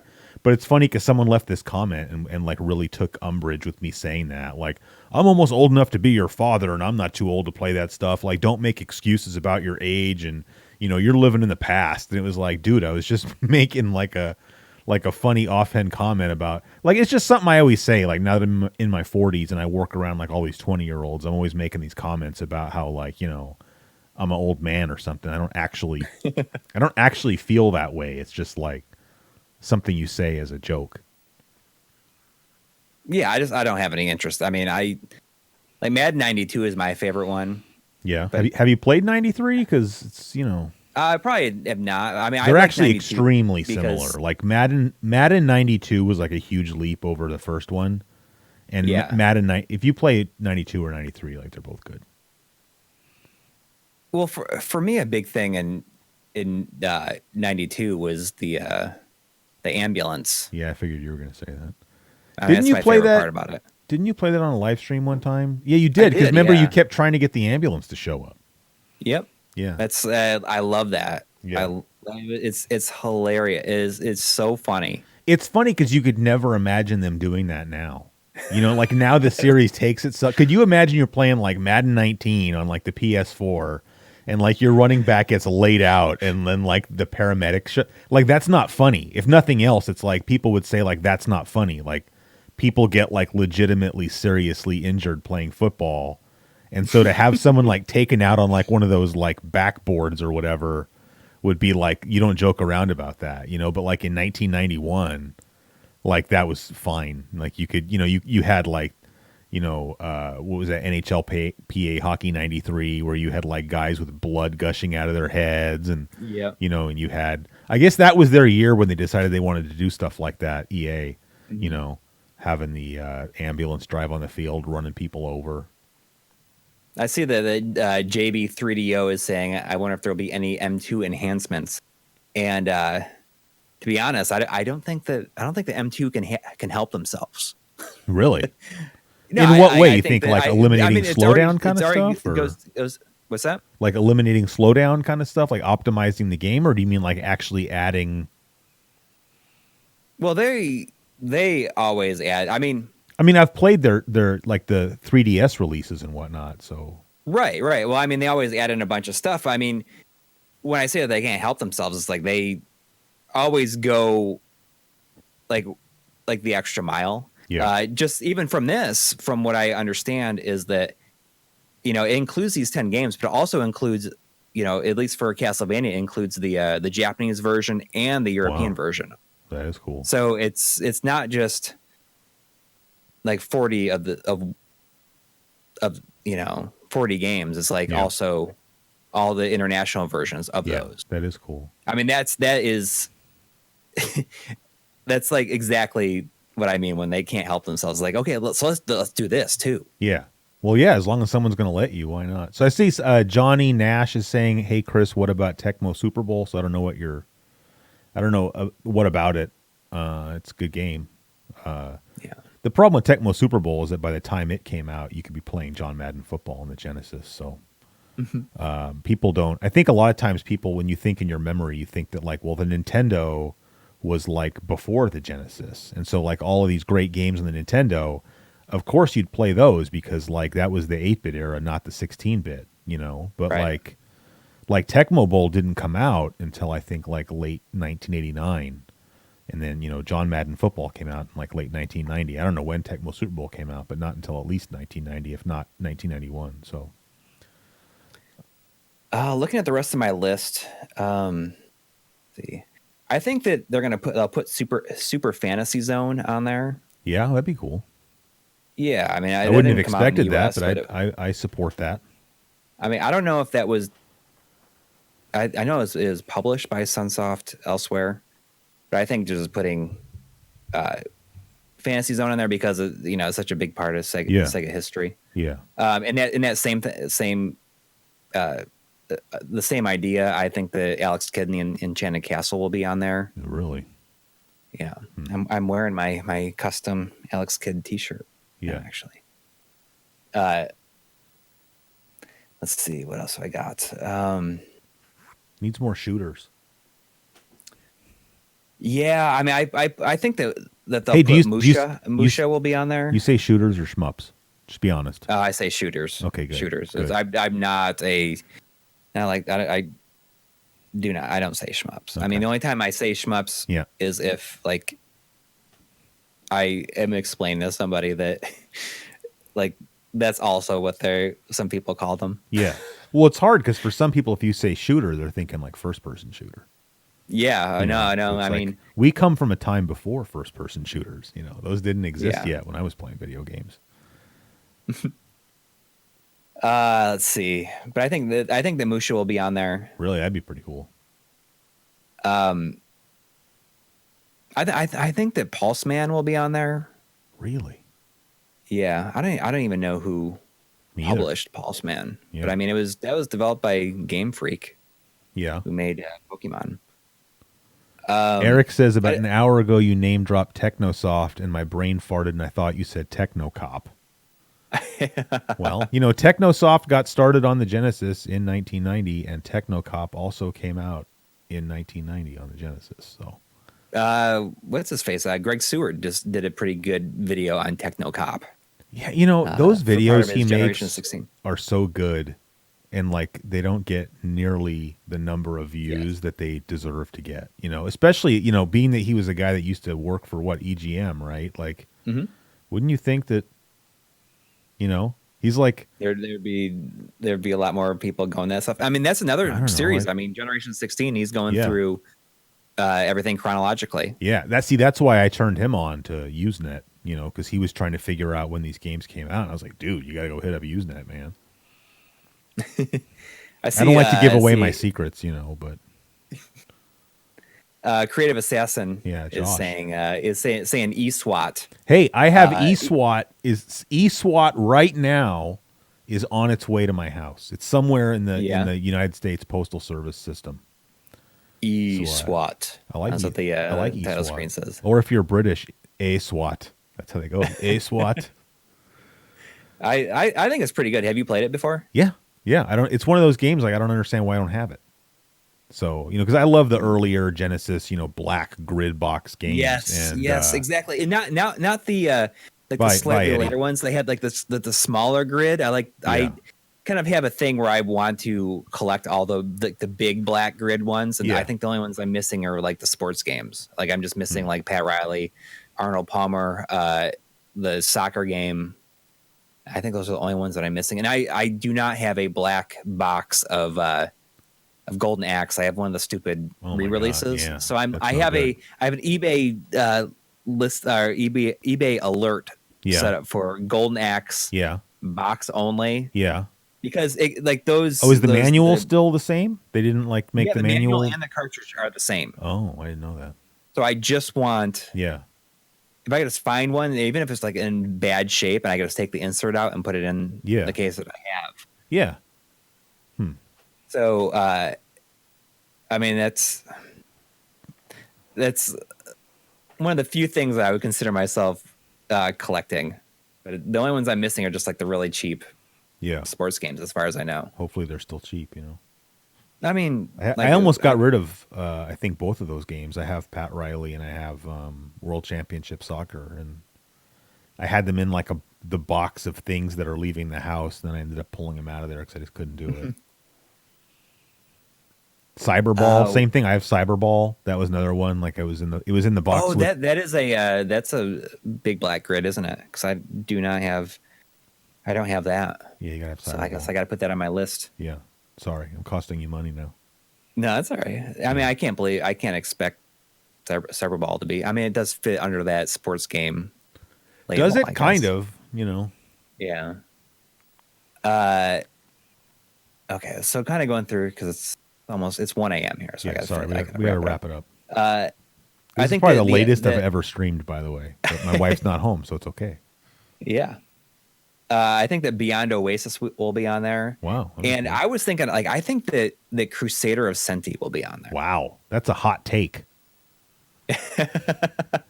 I think that's, I mean, Atlas published it, but Sonic is in that game. I mean, I know the gaming historian just did a video where like random appearances of Sonic. Yeah. And I don't know if it was who it was developed by in in Japan. But I mean, I guess if Atlas published it, I mean, Atlas is owned by Sega now. Yeah. So So you're I think covered. that Crusader Cynthia will be on it. This reminds me of like filling out a March Madness bracket. I see Ristar. I didn't even think about Ristar. Oh, I think man. the Ristar will be on it too. Yeah, all right. I've exhausted my list. I mean, Ristar might be the last one that I have. I'm gonna put that on. I'm gonna do a video log on this tomorrow. Yeah. So it's for me to kind of just get this.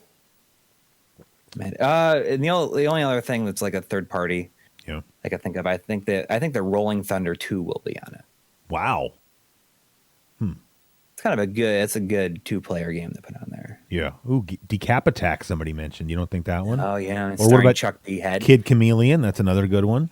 That's another one. I mean, kind of gets tough to narrow it down after a little while. But Kid Chameleon, I'm not a big fan of Kid Chameleon. It's all right. It's Super pretty Thunderblade, good. I do not think like Super it could be on there, Thunderblade but sucks. It's I mean, it's not a great game. Thunderblade. That was a Sega Master System commercial, where it was talking about all these arcade games coming to the Master System, and it had like the narrator had that kind of voice. I just remember that's how he said the Thunderblade. So now whenever I see that, that's how I say it in my head. Yeah. I don't think that Splatterhouse will be on it. I think it's too bloody. It's too bad though. Mystic Defender. Another limiting factor is you got to think about. Oh, Vector Man. What about that? That it only comes with it's only coming with a 3-button controller. Yeah, which is kind of lame. So it's kind of lame and it's kind of not. Like some people, I know, I'm back and forth between it. Like Joe, I kind of like it. Joe got all upset about that. Like he's like, "Oh, I'm not buying that anymore." Retifer, and which I understand. Like you want the 6-button controller, but like I got a Model 1 Genesis like back in the day, and it came with the 3-button controller with like the red little highlights on it. And like if I'm buying a product that is supposed to be like this nostalgia trip for the Genesis, I kind of want the 3-button controller. Like I want what originally you got. Yeah, but I mean, it would be cool if it would let you use your own controllers, but I don't think that's not going to be the case, right? No, it's USB. So I mean that's kind of too bad, but it's understandable though. But yeah, I mean, it's especially since it's a high definition graphics. Right. Like that would look weird if it came with a 6-button controller I mean the 6-button is a lot better, but it's way better, but like right now that's what I'm looking at. I have my Model 1 Genesis and I played Sonic with the 6-button controller and like they don't go together, It's like wearing, a plaid shirt and striped pants or whatever. Like you just don't do it. Yeah, Atlas is owned by aren't they both like it's like Sega Sammy or whatever? Truxton. You think Truxton's going to be on there? I don't think that Truxton will be on there. Truxton. I think Toplin, like they like there's a new company is like bought the Toplin name and they've like are buying up all the properties. So I don't think that Truxton will be on there because especially since I don't think that. You like Truxton? I don't think it's okay. I think it's a little overrated. Truxton. You finished it? You played through the entire game on easy mode? Yeah, I beat it on. I'm still on stream a couple weeks. That's hats off to you, buddy. Like that game's hard. I beat that game, and then right after I beat Thunder Force 3 for the first time. Wow, look at you. You're gonna have to start making your streams 18 and over only if you're gonna keep swinging it around like that. Well, try to keep it friendly, but yeah, if I'm I'm impressed. A couple of shooters in one stream, then whatever happens. Yeah, I have Mega Man Wily Wars on there because I was just like that'll never happen, but you never know. That would be cool. Yeah, I mean that'd be 3 games in one. Here's a deep cut. Target Earth. Yeah, Target Earth. Like, that would be. I had a hard time talking about that game in my new episode because that came out in 90. And like, I'm not really a big fan of Target Earth, but like, read any review of Target Earth online, and they're all good. Like, it seems like one of those games if you're willing to sit down and kind of get through the learning curve, or difficulty barrier or whatever of Target Earth. Like, it people like it. So, Target Earth. I mean, that was a Assault Suit Lanos. That's what Yep. Target Earth is. Yep. You should. Have you played the PS4 remake of it? It's excellent. No, I what I use my PS4 for is it collects up all the dust down here in the basement. Like it sits there and like it sucks the dust out of the room. Well, maybe you should get the Assault Suit Linus remake for it. Yeah. But I had a friend that got that game, and we can only make it to the third level, and then there is a invincibility code that you can enable by by pressing the start button on the second controller. I almost said sitting on the second start button on the second controller because if you're sitting on it right. Well, that's the thing is that's what happened. Like we discovered the by invincibility accident. code by accident because my friend sat on the second controller. Did you send it into EGM? Yeah, but we thought it was much more complex than just pressing start on the second controller. Actually, if you look at my read through of my the fanzine that I made with my friend, I kind of tell this story. Yeah. About how Are you still going to send me that by the way? What happened? I need to. I'll mail it out this week. Right. I'll send it to you. I was just recently thinking about that. Yeah. I mean, you can send me a copy if you're not comfortable. No, I mean I have to. As long as I get it back. I have two of them here anyways, but yeah. Yeah, I mean, I think that is everything I can think of off the top of my head that I have written down here. But we'll see. We'll see. I'll be interested. Yeah. But Ristar is definitely going to be on there. I saw someone mention that earlier. Yeah. Do you think people will be less likely to hack the system since it,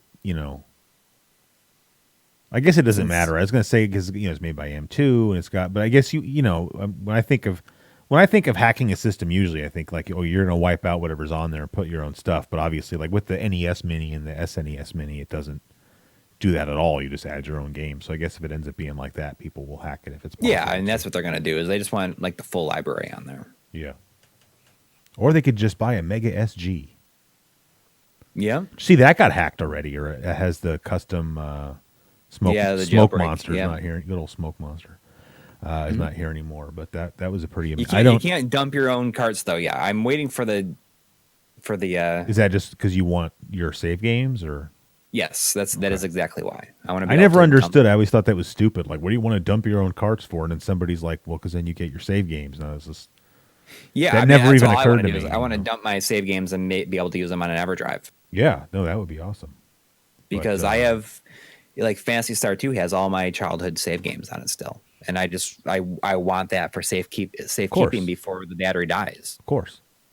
And what I really want to do is I do want to do a video on this because I've been slowly collecting information, trying to get different things to work. But I want to be able to take save games like that and also copy them back to the cartridge. Yeah. The thing that I really want to do is I was able to find bunch of programs to be able to extract save games from virtual console save games.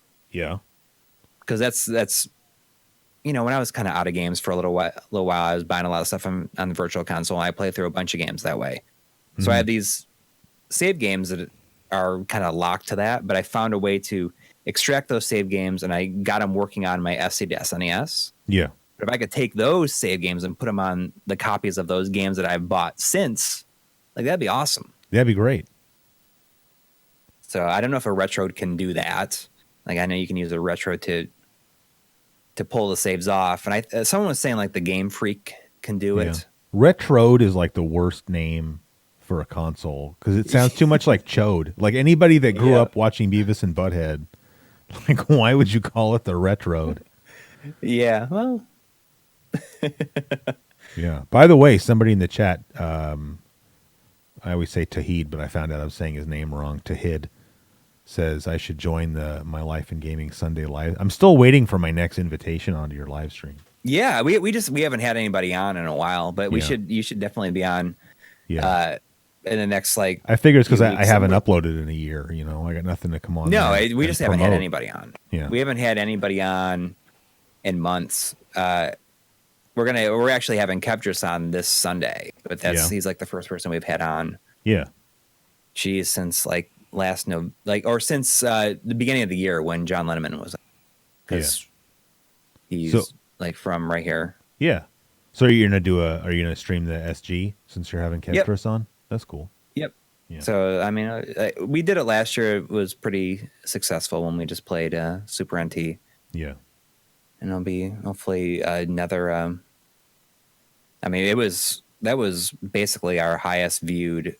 Yeah. Well, Stream. why wouldn't it be? You know, that's Yeah. yeah. So it should be fun. It should be fun. I mean, that's supposed to happen. I mean, plans could change, but that is Yeah. So specifically what's. someone called Common Writer wants to know if either of us collect arcade boards. Do you have any arcade boards? I do. I Yeah? do. I have. Do you have I mean, I don't collect them, but I have. Yeah. I have Do you have a Ninja Turtles one. Wow. Do you have a Yeah, I mean, cabinet, or do you just use a super gun? Super Gun. Mm-hmm. I used to have a Space Harrier arcade cabinet. You used to, or you do? I used to. Oh. I sold it to a local arcade because when we bought this house, there's no way I was getting that machine up to the attic. Yeah. There's just no other place for it in the house. Yeah. So you said you have Turtles 1. I have Turtles 1. I have Like Turtles the arcade game, you're saying? Yes. Yeah. Yeah. That was the first one I ever got because I love the first Turtles arcade game. Yeah. I think that Turtles in Time is okay. Yeah. But I just like have a real nostalgia for the first Turtles. Yeah. I think anybody our age probably does. Playing that at 7-Eleven, you know? Yeah. Oh, and yeah, I remember getting out of going to see Alien 3, and I think that there was a bunch of people playing it. I don't know. It's like a specific memory. What else you got?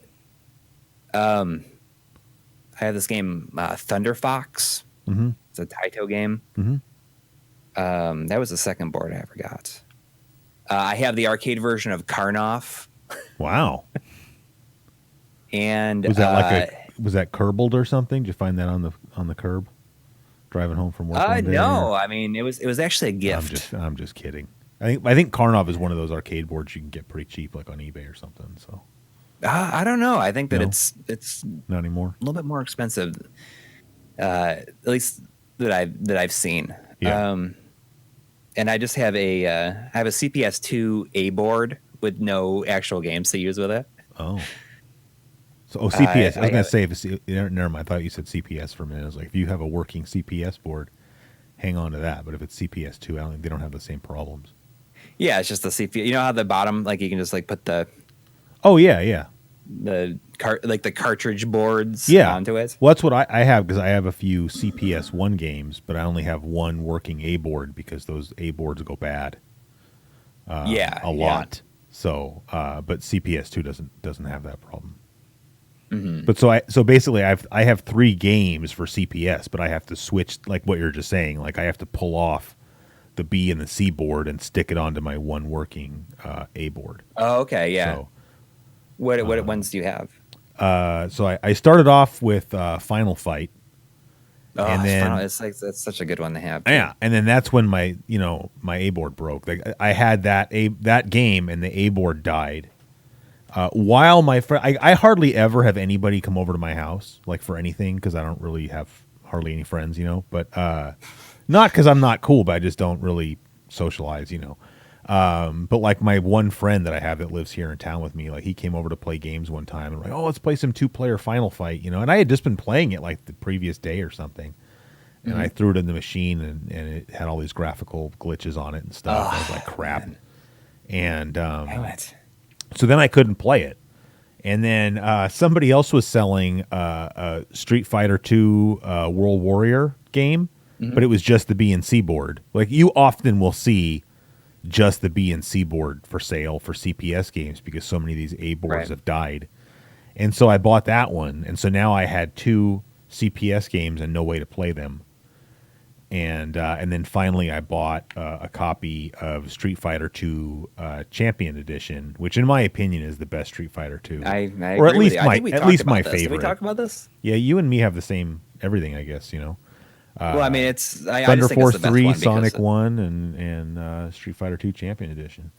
And I, that one came I with mean, it was the a first one I played. yeah, You know, it was. yeah. Well, I think I probably played World Warrior first. I don't really remember, but I had Champion Edition either on my computer or on a console. I forgot which, but that came with a working A board. So now I have one A board for those three. But my arcade cabinet back here, I have a kick harness for it that I haven't wired up yet. So I've actually never played my Street Fighter 2 boards. Like I plugged them in to make sure they worked.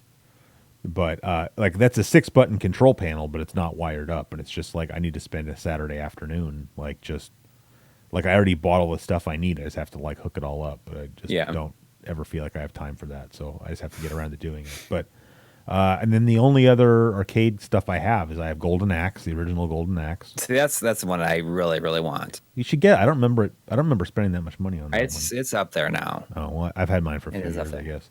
And then I had to buy the adapter board for that, right? Because Yeah. System 16 is not JAMA, but I bought that's like $15. And then I have just a 1-slot Neo Geo board. Like I started off with a consoleized MVS, but then when I got this, I got the Neo Geo 1-slot, the revision of it that's JAMA, because that way I can play all my Neo Geo cartridges in the arcade cabinet. That's all I got. It's more than I have. They take up too much space, you know. Like I see some guys. Like if you're a dedicated arcade guy, that's one thing. But I've got too much crap, so I mean, I can't start buying up arcade boards. Well, if you've never played Thunder Fox, Yeah, you should. I may check not it out. have. I'm not sure. I should check it out. It's part of one of my favorite genres is the one or two guys against an entire army with nothing but a knife. Wow. You know, like that and like Russian Attack, whereas like all they have is like a single knife and they're just gonna stab everybody. But it's a pretty sweet game. It came out on the Genesis, but the Genesis version is much worse. Oh, It's I was going to missing a say I bunch of recognize levels that and game as being something that came out on the home console, but I'm not sure I ever played it. So I got somebody in the I see chat the- asking if I ever read the chat. Like I read the I chat. see that Aaron says I want to give a shout out to Coury on something he recommended Oh. from game stores in Cincinnati, and I got Neo Turf Masters for Neo Geo Pocket for nostalgic games for $15. Dude, Nostalgic that's games. a great game. But sorry, Yeah, go ahead. I have a plug Japanese your. version of it. Well, okay. Go ahead Nostalgia and Games plug is them the there. weirdest place. I How just got so? I don't. It's just this weird. It's in this like weird plaza. It's like kind of hidden away, and they have just like all this random stuff. You wouldn't expect them to have like all these games that they have. Wow. But I just got like a sealed copy of Daytona USA for the Dreamcast. Dude, I've been like, looking really for that cheap. game. They had like Not even sealed, just a copy. well they had like 5 copies sealed, like all next to each other. Wow. Like I bought one, and so did John Linneman, when he was here. Oh, that's cool. I just got an eBay notification that the first edition copy, I bought a first edition copy of How to Win at Nintendo Games by Jeff Rovin. I didn't realize that there were editions, you know. Wait, first edition of what? You know the Jeff Rovin paperbacks, all those How to Win at Nintendo Games books? Oh, okay, You know? yeah. Like I have, like there was 1 through 4 for the Nintendo. I have all 4 of those. And then there was a best of, I have that. And then there's How to Win at Game Boy Games, I have that. And then there's How to Win at Sega and Genesis Games. I have that one too. Those aren't the ones that are made by the game players. No, right? No. But then I found out that there was an earlier version of the original one that's just called How to Win at Nintendo. It has like a black cover. I didn't have that, you know, because all those books are like super cheap online, and they're just kind of fun to have. So, I have like 8 of his books, and I think I'm missing like 4 more.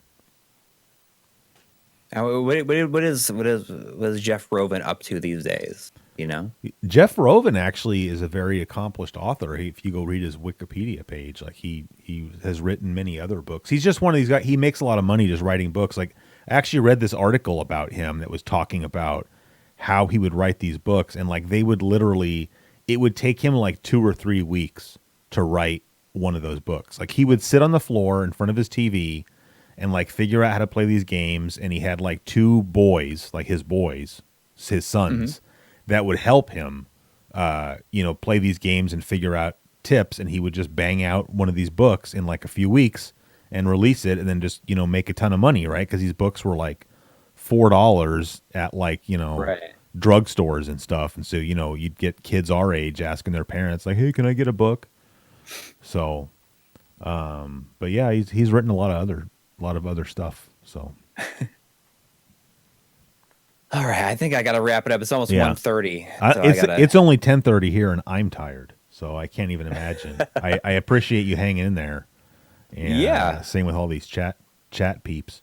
Not Mike McFly. I don't appreciate him only because he's a night owl. He's actually on the East Coast, and he stays up later than I do. Like, he hangs out in the Discord all the time, and I'm always telling him like, go to bed, But he's a night owl. He has one of those. I'll let you go, but I don't remember if I posted it on Twitter or not. But Mike has one of those cool old wooden console TVs, from when we were Oh, yeah. kids. Yeah. Hmm. Mine was a Quasar, by the way, but he has some thing hooked up where like he can hook up like a HDMI source to it, but he has like a downscaler. So I don't even know.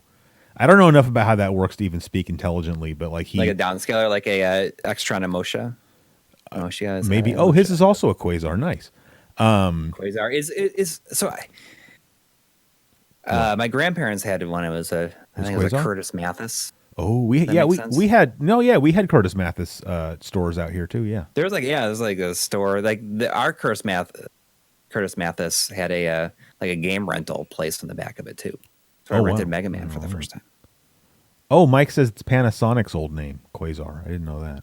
Oh, But okay. anyway, he took a picture and sent it to me of him watching my live stream on his console TV, which I can't imagine a more appropriate way to watch the live stream, frankly. So Yeah, that's and pretty it's cool. like a TV inside of a TV. Well, that's true. Yeah, that probably looked a little bit silly, but otherwise that was cool.